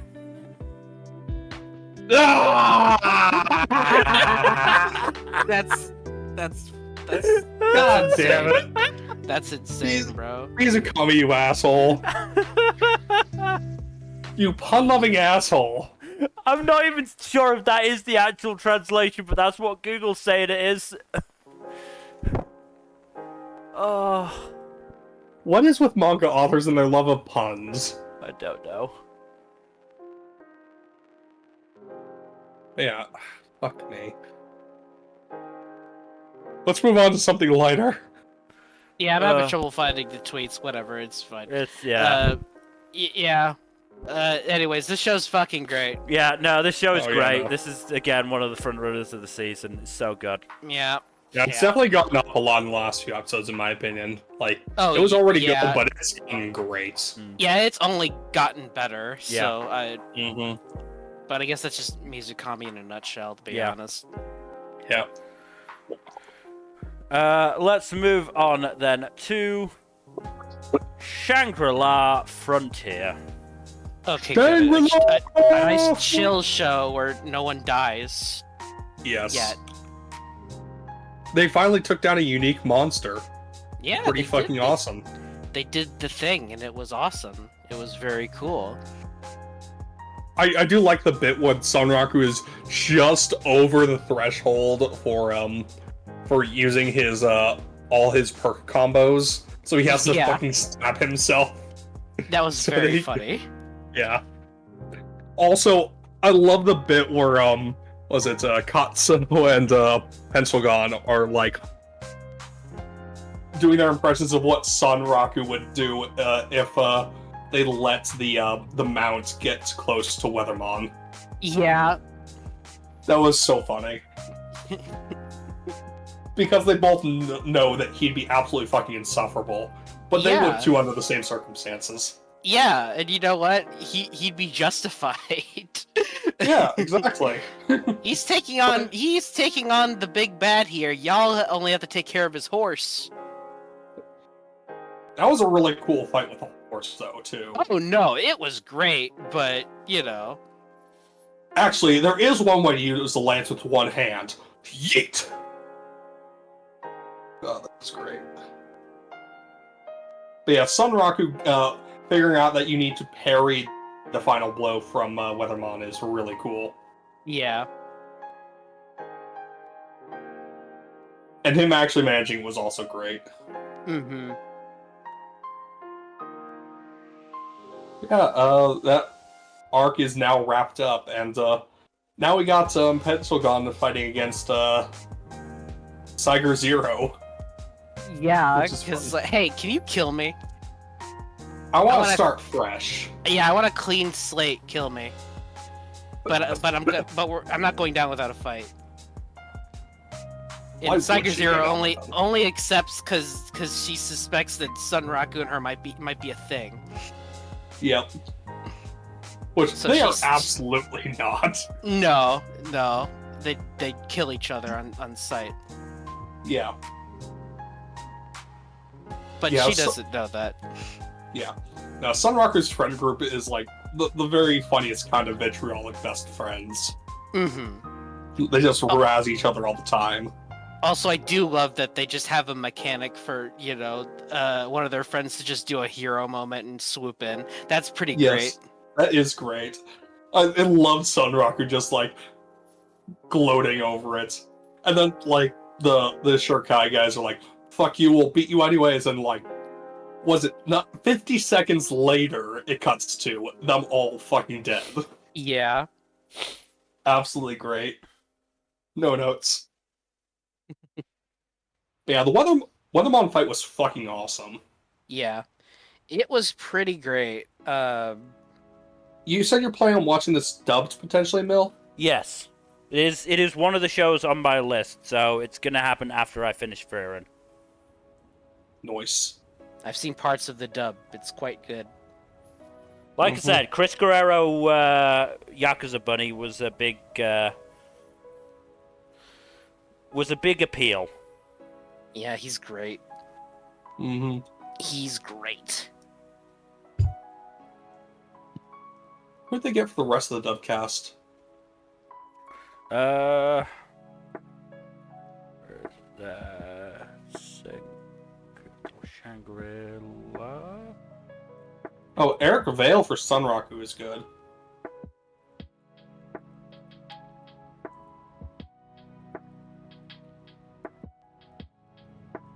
Let's see, they got Alexis Tipton. Emil is voiced by Molly Zhang. Or Zhang.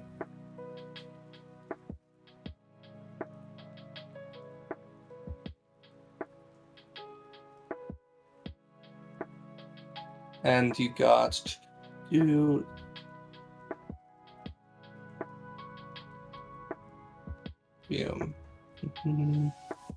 Brittany Karbowski is Oikatsu, that's fun.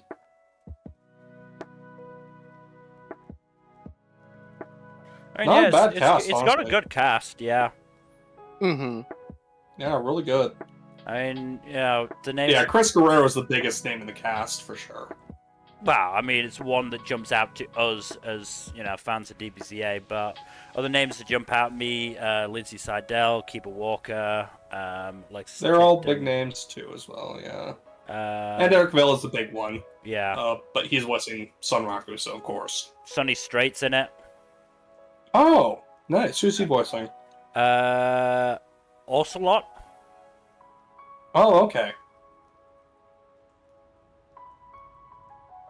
Yeah, that makes sense. Yeah, no, it's a good dub cast. Mm-hmm. The subcast is really good too, though. Yeah, I'm sure it is.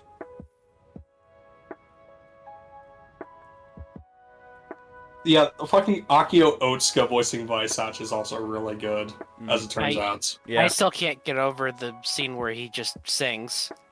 Yeah, no, it's great. I might need to might need to search that scene out subbed once I've watched it dubbed. Yeah. It's great. But we should move on from one gamer anime to another. Let's move on to Solo Leveling. I call I'm mad. bullshit on him killing a Cerberus by just stabbing in the eye a bunch of times. I mean, you ever been stabbed in the eye? Yeah, but his knife is too dinky to reach its brain. You don't know that. You don't know where a Cerberus brain is. His knife is not that big. You don't know that. You don't know the anatomy of a Cerberus.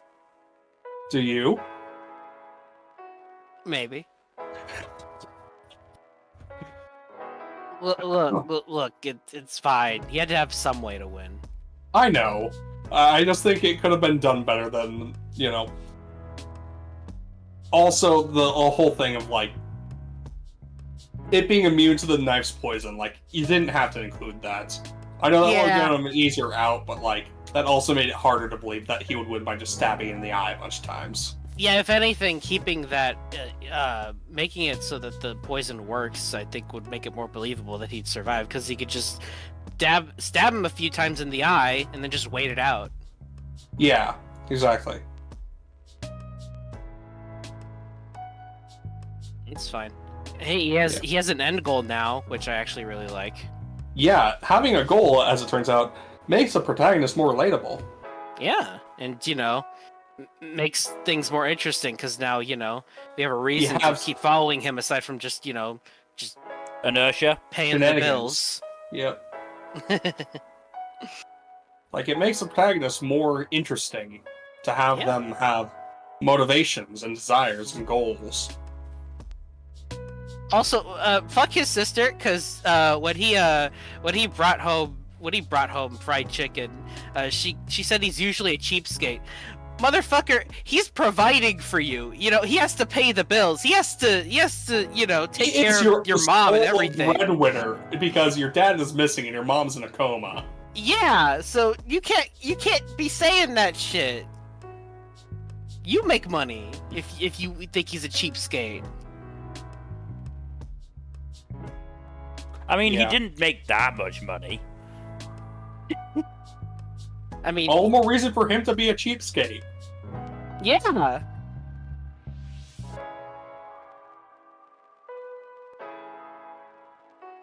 Yeah, no, it's... The action scenes in this continue to be excellent. Yeah. The Spoder fight was really good. Oh yeah, I like the spider fight. But also him just absolutely murking those fucking those guild asshole not the guild asshole. Yeah, those guild assholes was just damn. Yeah, that seems pretty messed up because like he doesn't want to kill, but it's literally either him or them. So Yep. it's like, and it's like in the system that's letting him, do what he needs to do in the first place is forcing him to kill them, not just take them out. He has to kill them. So Yep. it's pretty messed up, but Maybe the system isn't great after all. yeah, maybe the system's like kind of fucked up. I don't know. It's just a game. It's fine. Mm-hmm. It's like a video game.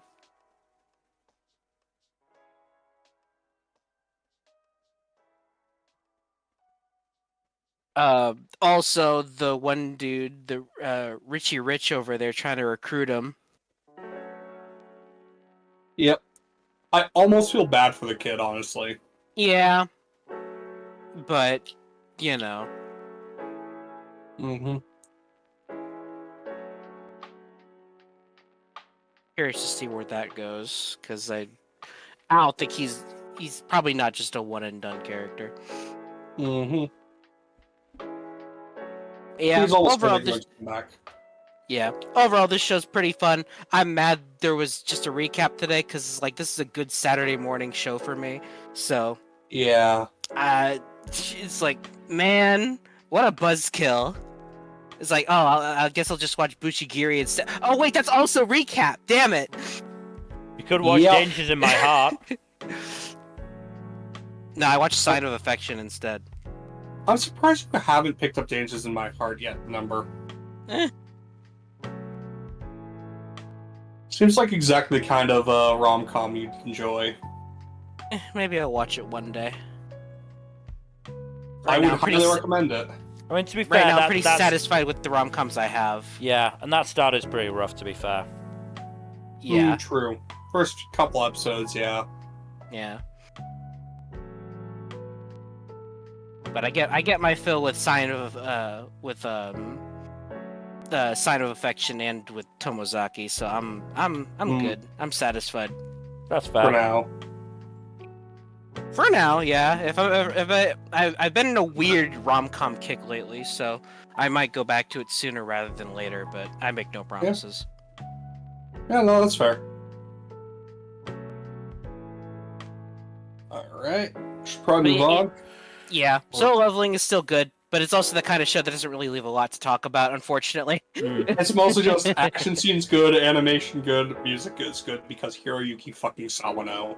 Yeah, he's still killing it. He's still killing it. Look, I don't think Sawano has ever turned in a bad score. Yeah. At worst, his best score is used on bad shows. Yeah. Mm. Gee, I wonder what you could possibly be talking about. Yeah, unfortunately. Look, I don't think that's his best score. I still think Kill la Kill is his best. But I haven't watched Taiwanese Puppets, so I wouldn't know on that front. Oh yeah, I still need to finish that. I haven't even touched that one yet. I Dude. should. Do Taiwanese puppets before Dangers in My Heart. I make no promises because I have to be in a specific mood to enjoy Thunderbolt Fantasy. That's fair. Like, it is one of those shows that you will know instantly if you're gonna vibe with or not. Yeah, and I do vibe with it. It's just It's a lot, I know. Because it's weird, especially because it's puppets. It's weird. I know, I get it, but it's so good. I like it. It's very good, and the music is phenomenal. But Yeah. But moving on. Let's move on then to Tales of Wedding Rings. I'm glad you picked the not Theoden Wormtongue scene Hmm. as a screenshot. Because I noticed a stunning amount of similarities to Lord of the Rings here, especially with this bit and with the wizard mentor guy basically being Gandalf. But yeah, new arc now. They finished the Fire Princess arc. They have successfully recruited her and also beaten the menaces that were trying to, kill her and also Sato and co. And now they're on to the Water City, where which is very watery, being a coastal city that also has a massive fucking waterfall behind it. This is really neat. Some are having a better time than others, due in no small part to a human empire, also acting as security, quote-unquote. They're doing an imperialism. That's what they're doing. They're doing an imperialism. But it doesn't help that the king of the Water Kingdom is also being influenced by a Grima Wormtongue-esque sketchy-ass advisor who is definitely not evil, no siree. But yes, this arc could be very fun with all the silly intrigue and whatnot going on, along with impending threats of monster invasions that could come along. But yes, still fun times. It is one of my trash shows of the season, so I do not have any high expectations for this one, if I'm being honest, but it's still fun. Alright, well, I know you not always comfortable with talking about shows solo, so let's move on to the next show where you'll be talking about it solo with Tis Time for Torture Princess. This is the worst stretch because it's 3 solo shows in a row for me. Also, you ever get that thing where a cat just sits in your lap and you can't get up now?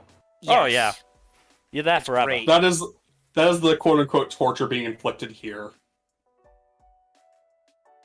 She is helpless against the power, the might of cats. I feel sorry for her, but also I wish I was her. I want that cat. Yes, it is an adorable floofy cat. Yeah, the sketches have been pretty fun so far.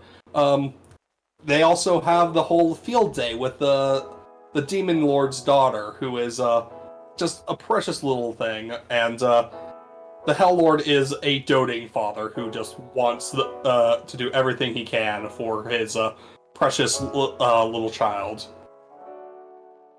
There is a bit during the field day where he rigs it such that those scavenger hunt races that they do in anime with those at the schools, where it's like you find a piece of paper and you have to find the thing to complete the race. So he rigs it so that his daughter gets a piece of paper saying the person you like, and he thinks, oh, she's such a daddy's girl, so she's going to pick me, of course. And she picks her mom instead. And he tries his best to act like he's not broken up a little about it. It's very silly. But yeah, the show continues to be a very fun time. And definitely a nice Monday pick-me-up. Well, we should move on to something that's a bit more story-heavy. This is one that I might pick up eventually. Honestly, it's a really funny gag comedy, honestly. Yeah. That's like, how it seemed. There is plenty of variety in the jokes that helps keep it fresh. Mm-hmm. And whenever they want to do like a little Sakuga bit, they do it. They commit to the bits. That's good. But yeah, it's a fun time. Mm-hmm. Let's move on then to Tsukimichi Moonlit Fantasy Season 2. Did you say Spookamichi? I don't know. Things are starting to happen now, as the plot lines start to collide. With Mio encounters the heroine, who is the lady hero who doesn't know that Mio and the spider who kicked her team's ass that one time are one and the same. And, but Mio still helps her out regardless, and, in exchange, asks for cooking lessons, which is, nice little bit of bonding between the two. Tomoe encounters the other hero, who proves to be a jackass, and, tries to murder her companion and steal her sword, and tries to use his mind control powers on her. And it doesn't work. And he is, put off by this, and also, looking to, not do good things as a result. He's a piece of shit. Continues to be a piece of shit. I see. But yeah, but during Mio's encounter with, the not a bastard hero, her kimono gets ripped by a praying mantis monster that turns out was one of Shiki's experiments. And because she's pissed about her precious kimono being ripped, he is in for a not fun time. Because, the monster was one of his experiments that he did not take proper log of. Yeah, that's all fun. But now there's a bunch of stuff going. Also, Makoto is a teacher now, and he has begun teaching at the local magic school and demonstrating to a class of students what he requires from his students in order to, do well in his classes. And a lot of students cannot handle that because he is insanely powerful. Is the whole genius thing can't teach? Kinda, yeah. Well, he can teach, it's just a lot of people aren't going to be able to keep up with him. Oh, so it's the Aethan thing. Yes. It is the Aethan thing. But yeah, fun stuff so far. Very curious as to how things will go moving forward with regard to both the magic school stuff and the heroes intersecting with Makoto's storyline.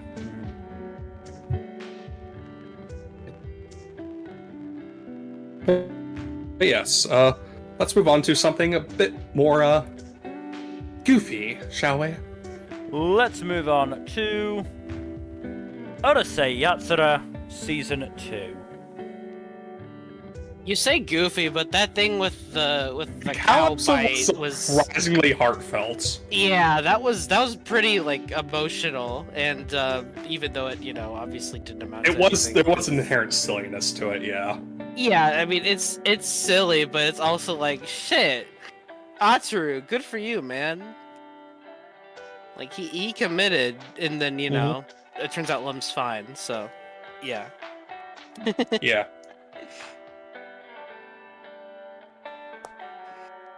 Yeah, pretty fun little stretch of episodes. There was a little incest scare with the whole with that one sister, but turns out we're fine.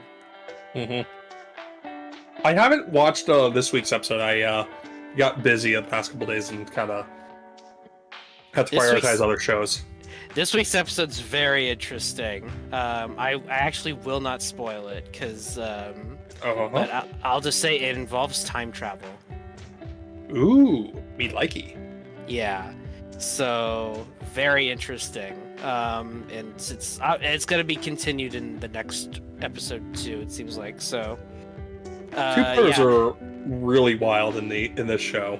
Yeah, and I really like it because it makes things feel a lot more substantial. But yeah, the stretch of episodes has been pretty good. The show's been pretty consistently good, even this season. Yeah. I will say, Ataru's thing with the new girl, the one in the armor, was a bit much. Because, you know, he basically traumatized her. Obviously not intentionally, but yeah. But also Atsuru is kind of a shithead. Yeah. Yeah, but at the same time, like, her whole situation's fucked up. Because she went her whole life not being exposed to any male at all. Not even her father or brother. Not even her father or brother, which... What is wrong with her mother? What the hell? Yeah, that is fucked up. Like, that is... she refuses to explain why beyond, like, this is tradition, and like, but why though? Something about purity, I think, probably. It's stupid. It's fucking stupid. Yeah. Yeah, poor Asuka's traumatized. Yeah. But at least she seems to be, kind of interested in Mendo, because Mendo is also a big brother. Yeah. Which is a silly reason, but not the worst reason. Yeah, yeah. There was also the thing with the cat and the kotatsu. That was pretty funny.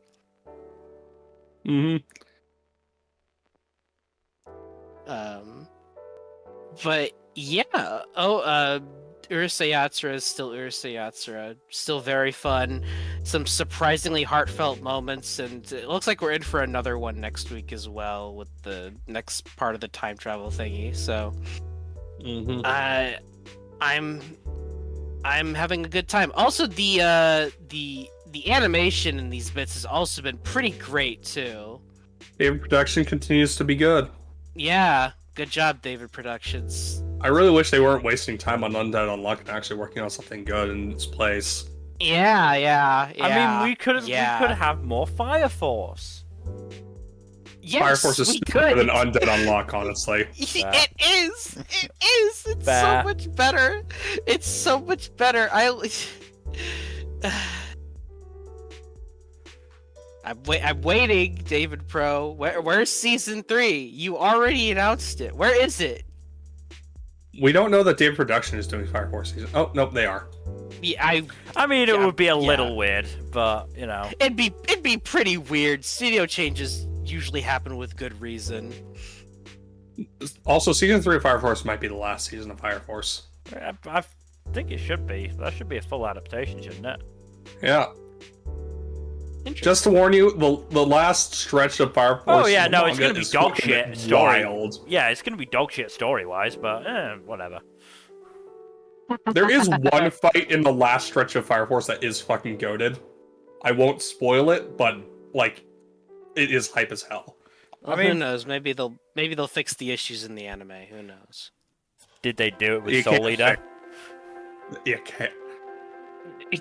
I mean, there's considerable debate as to whether the anime or manga ending of Soul Eater is worse. Yeah, that's the thing. You can make an argument that they did and also didn't. So, I mean, based on Soul Eater and from what I've heard of Fire Force, I think Okubo just can't do endings. You wouldn't be inaccurate. Whatever. I want some more. I just want more Fire Force. Even if it's bad, it's fine. I'll get some good animation out of it. Just give me more Fire Force and more JoJo's. We need Part 7 stats. Yeah. Stop floundering, David Pro. Stop adapting Undead Unluck. It's a bad show. Moving on. I mean, you know what I want more of? What? I want more of 2.43 Saiyan High School boys volleyball team. Do you really? No. Did you actually watch that show? I watched enough of it. I almost expected you to say Cells at Work. Yeah, but Cells at Work is a good show. I wanted to make the joke with a bad one. Cells at Work is pretty good, but... It's good enough that I would have felt bad shit-talking it. Fair enough. You could have also shit-talked Ensemble Stars, but I don't think you want to get the Idol fans on your ass. I could have, but 2.43 was the one I saw first. If you're wondering why there was a pause between me saying, you know what show I want to see most, it's because I was very quickly typing David Pro into Wikipedia. Oh, Going, God. where's the list of shows, damn it? I need to see it. Anyway, let us move on to the penultimate show, The Witch and the Beast. We only have 2 episodes to talk about, and that makes me sad. Mm-hmm. They're good episodes, too. Yeah. I mean, fucking hell, the scene where Fenora reveals she's a witch, and then when she brings out her Death Knights, fucking hell. You mean the Dark Souls bosses? Yeah.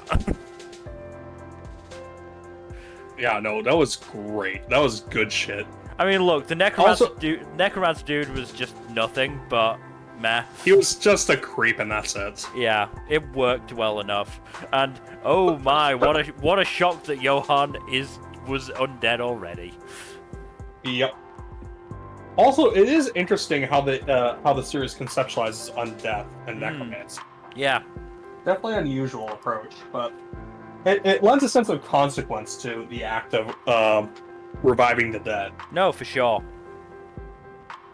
Because, like, taking a soul out of the cycle of reincarnation forever and just dooming them to the void after their undeath is finished is like, that's consequences.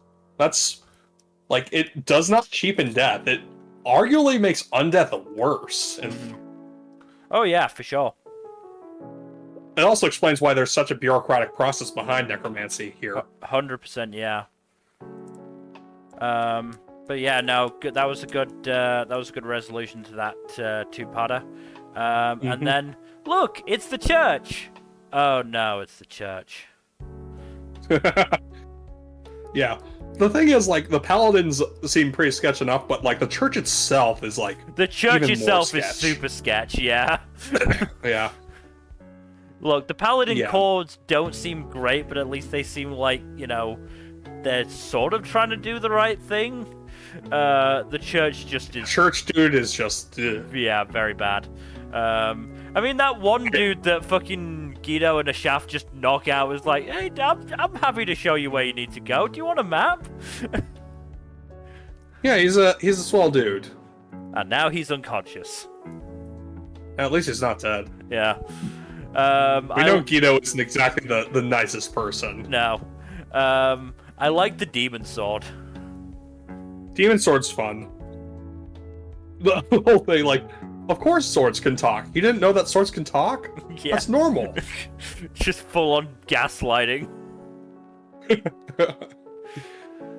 Yeah, it's nice to have, like, a couple episodes back-to-back that establish, like, hey, witches aren't all evil. Mhm. Who'd have thought? Yeah. Yeah, I mean, there's not a huge amount we can say about this one just because we do only have 2 episodes. Not only that, it's like, well, one episode concludes the storyline. The storyline is mostly, like, there's not too much interesting to say about it. Honestly, it's mostly a world-building exercise. It's mostly, you know, to show that there are other duos than Ashaf and Guido, and to also explain how necromancy works here. And explain how necromancy works, and, as you said, to show that not all witches are bad. Yeah. I wonder how beaten That lays groundwork for this current arc. Yeah. I wonder how beaten up Johan got trying to stop Guido from going after Fenora. I don't know if they've actually met properly. It'd be interesting. Yeah. But yes, should probably move on to the last show. But yeah, I mean, The Witch and the Beast has been really good. I'd like to Yeah, say it's been that good. The animation, less stellar, but and the fact that the episode was postponed is not a great sign. The production has been kind of falling apart, if I'm being honest. Yeah. I mean, it's Yokohama Animation Laboratory. And this is the only thing they're working on this season, so... Though they did work What on. else have they done? They did work on 2 shows the season before, so maybe that's affected things. Lapis Relights, Magatsu Verite, Genius Prince's Guide to Raising a Nation Out of Debt, Legend of Mana, Great Cleric, Rail Romanesque 2, and The Kingdom of Ruin. So literally all over the fucking place. I mean, to be fair, of the good shows, you know, Magatsu Verite and Genius Prince are the ones that stand out to me, at least. They might be allocating more resources to Whisper Me a Love Song, because that got delayed.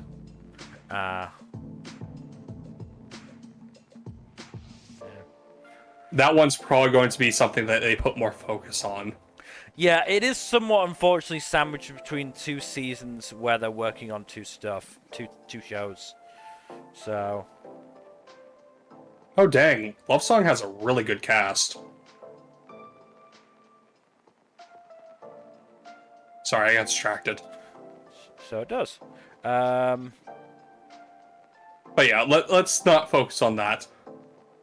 I am locking that one for next season, though, just so you are aware. Okay. I'm not apologizing. The show has so many producers and assistant producers. How could they be going wrong? Probably. Witch and the Beast? Yeah. Probably by the fact that the director is also directing episodes, doing storyboards, and key animation. Fucking hell. Generally, not a great sign. Y'all need to watch Shirobako to get an idea of why that's not good.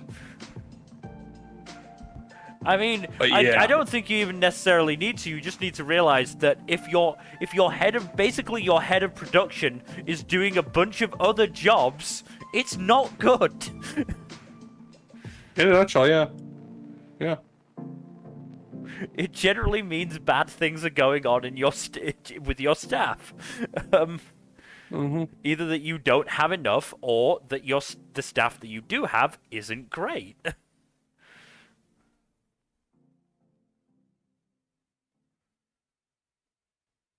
But yeah, no, I still definitely enjoying it. Might be something to check out the what is it? The manga for.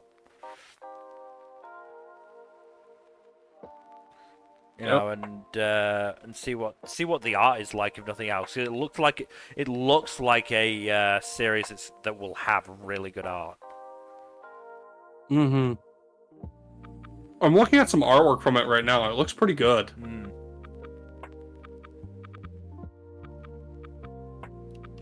I mean, you know, the actual animation itself hasn't been great, but the series just seems to have such a sense of style to it. It does. So, you know, I think the manga might be one to check out after the season's over. But yeah, let's move on to our final show, which is The Wrong Way to Use Healing Magic. No, I haven't watched any of it. Have you watched it, Nmbr? No, unfortunately, I did not have time. Oh. I will soon. I just didn't have time. I do appreciate that. But yeah, they are gearing up for a confrontation with the demons. And we are treated to a flashback to Rose's past and her previous team. Who are, you know, dead in the present, so that'll be fun. Definitely going to work out well. But before that, we got a lot of good character stuff with the cast that was really neat. What with Usato going around town, just exploring and meeting new people, as well as spending some time getting talking with the rest of the Kazuki and Suzune the night before. For a couple nights before the departure, because they basically need to get their not get their shit together so much as just get themselves focused and prepare themselves mentally for the challenges ahead. Oh, and also Sato just received a magic vision of his friends and all his comrades dead because of a mysterious, powerful Black Knight figure. No big deal. Definitely not going to be a problem going forward.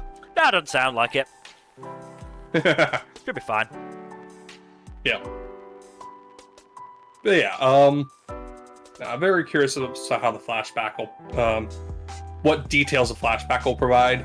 Because usually flashbacks like this, you know the conclusion, but you don't know how they got there, and you don't know, like, what else will be revealed in the course of that journey, so... Yeah. I am curious as to what happened precisely. Yeah, the show continues to be excellent. I do very much appreciate the, This feels like a very, I don't want to say back to basics, but it feels like a nice reconstructive approach to isekai. That plays into the positives of the genre while cutting the fat that makes it, that weakens it. Wow. You know? Let me ask you a question. Are there any video game aspects? Nope. That's why it's good. Genuinely, you look at the good isekais, the vast majority of them don't have video game aspects. Yeah. The only one that I can think of that does is Log Horizon. That's explicitly because it's a game world they got summoned to. Yeah. Exception that proves the rule. Every other good isekai doesn't have game aspects to it. Yep, you're It's correct. true. It's almost as if trying to gamify this shit is, you know, lazy storytelling. Yeah, lazy and shit. Lazy and bad. Stop fucking doing it.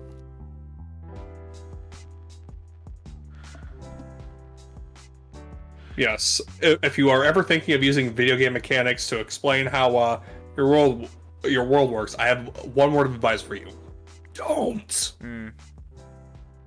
And that one, I think we can lay at the feet of fucking Sword Art Online. Oh, that is 100% Sword Art Online's fault. Yeah. Like, isekai is a genre, you know, as the genre it is now, not entirely Sword Art Online's fault. We also got to lay that at the feet of Jobless Reincarnation, but, you know. Amongst others, yes. But the whole gamifying thing, yeah, that's Sword Art Online's fault. Fuck Sword Art Online for that specifically. Oh, and the, you know, potato of a pro tag. I Yeah. wouldn't call him a potato because I actually like potatoes. Yeah, I mean, yeah, that's what I was thinking. Potatoes are actually useful, and people like potatoes. Potatoes are delicious. Yeah.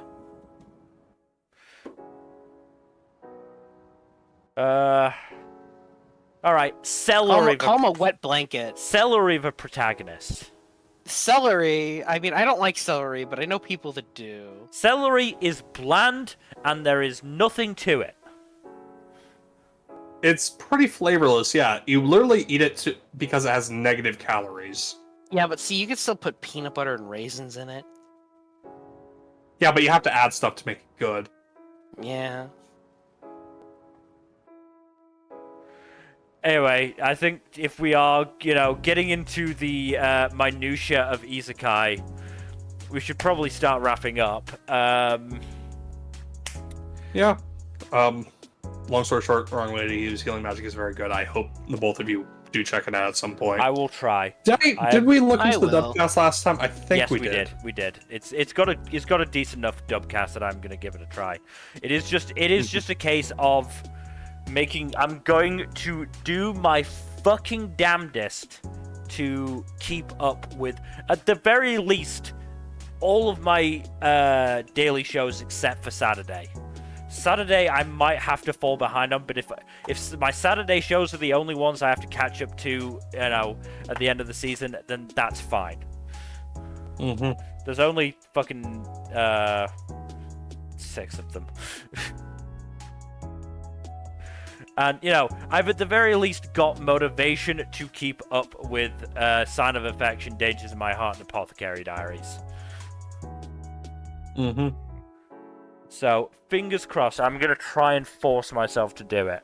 And if I manage that... You can do it, Mill. We believe in you. If I manage that, then I'm going to have, you know, Tuesday and Friday free. So you can catch up on Frieren the wrong way to use healing magic. Yeah. And or anything else you want to catch up on.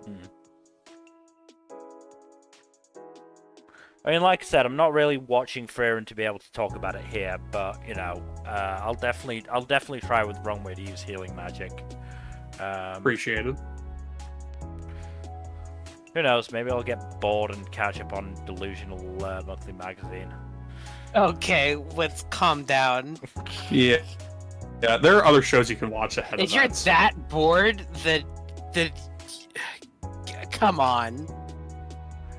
I don't know. Snack Bosswees are looking really, you know, interesting. Okay, if you chose either of those over Bravern, I'd be so mad at you. I know. If there was a show that I've dropped that I would catch back up to, it probably would be Bravern. Yeah. So how dare you? How dare you? How dare you? Anyway, that's all we have today. So thank you everybody for watching. In terms of future stuff, tomorrow we are fingers crossed getting starting back up with D&D. Tuesday gaming. Thursday might be Paradox Hour. We'll see. Which means Saturday would be gaming as well. Please do give us a follow here on Twitch and all that YouTube stuff. Like and subscribe if you have not already. Press that bell icon, and don't forget to leave a comment down below. And otherwise, hopefully, we will see you tomorrow for hopefully some D&D. Good night. Later. Bye bye.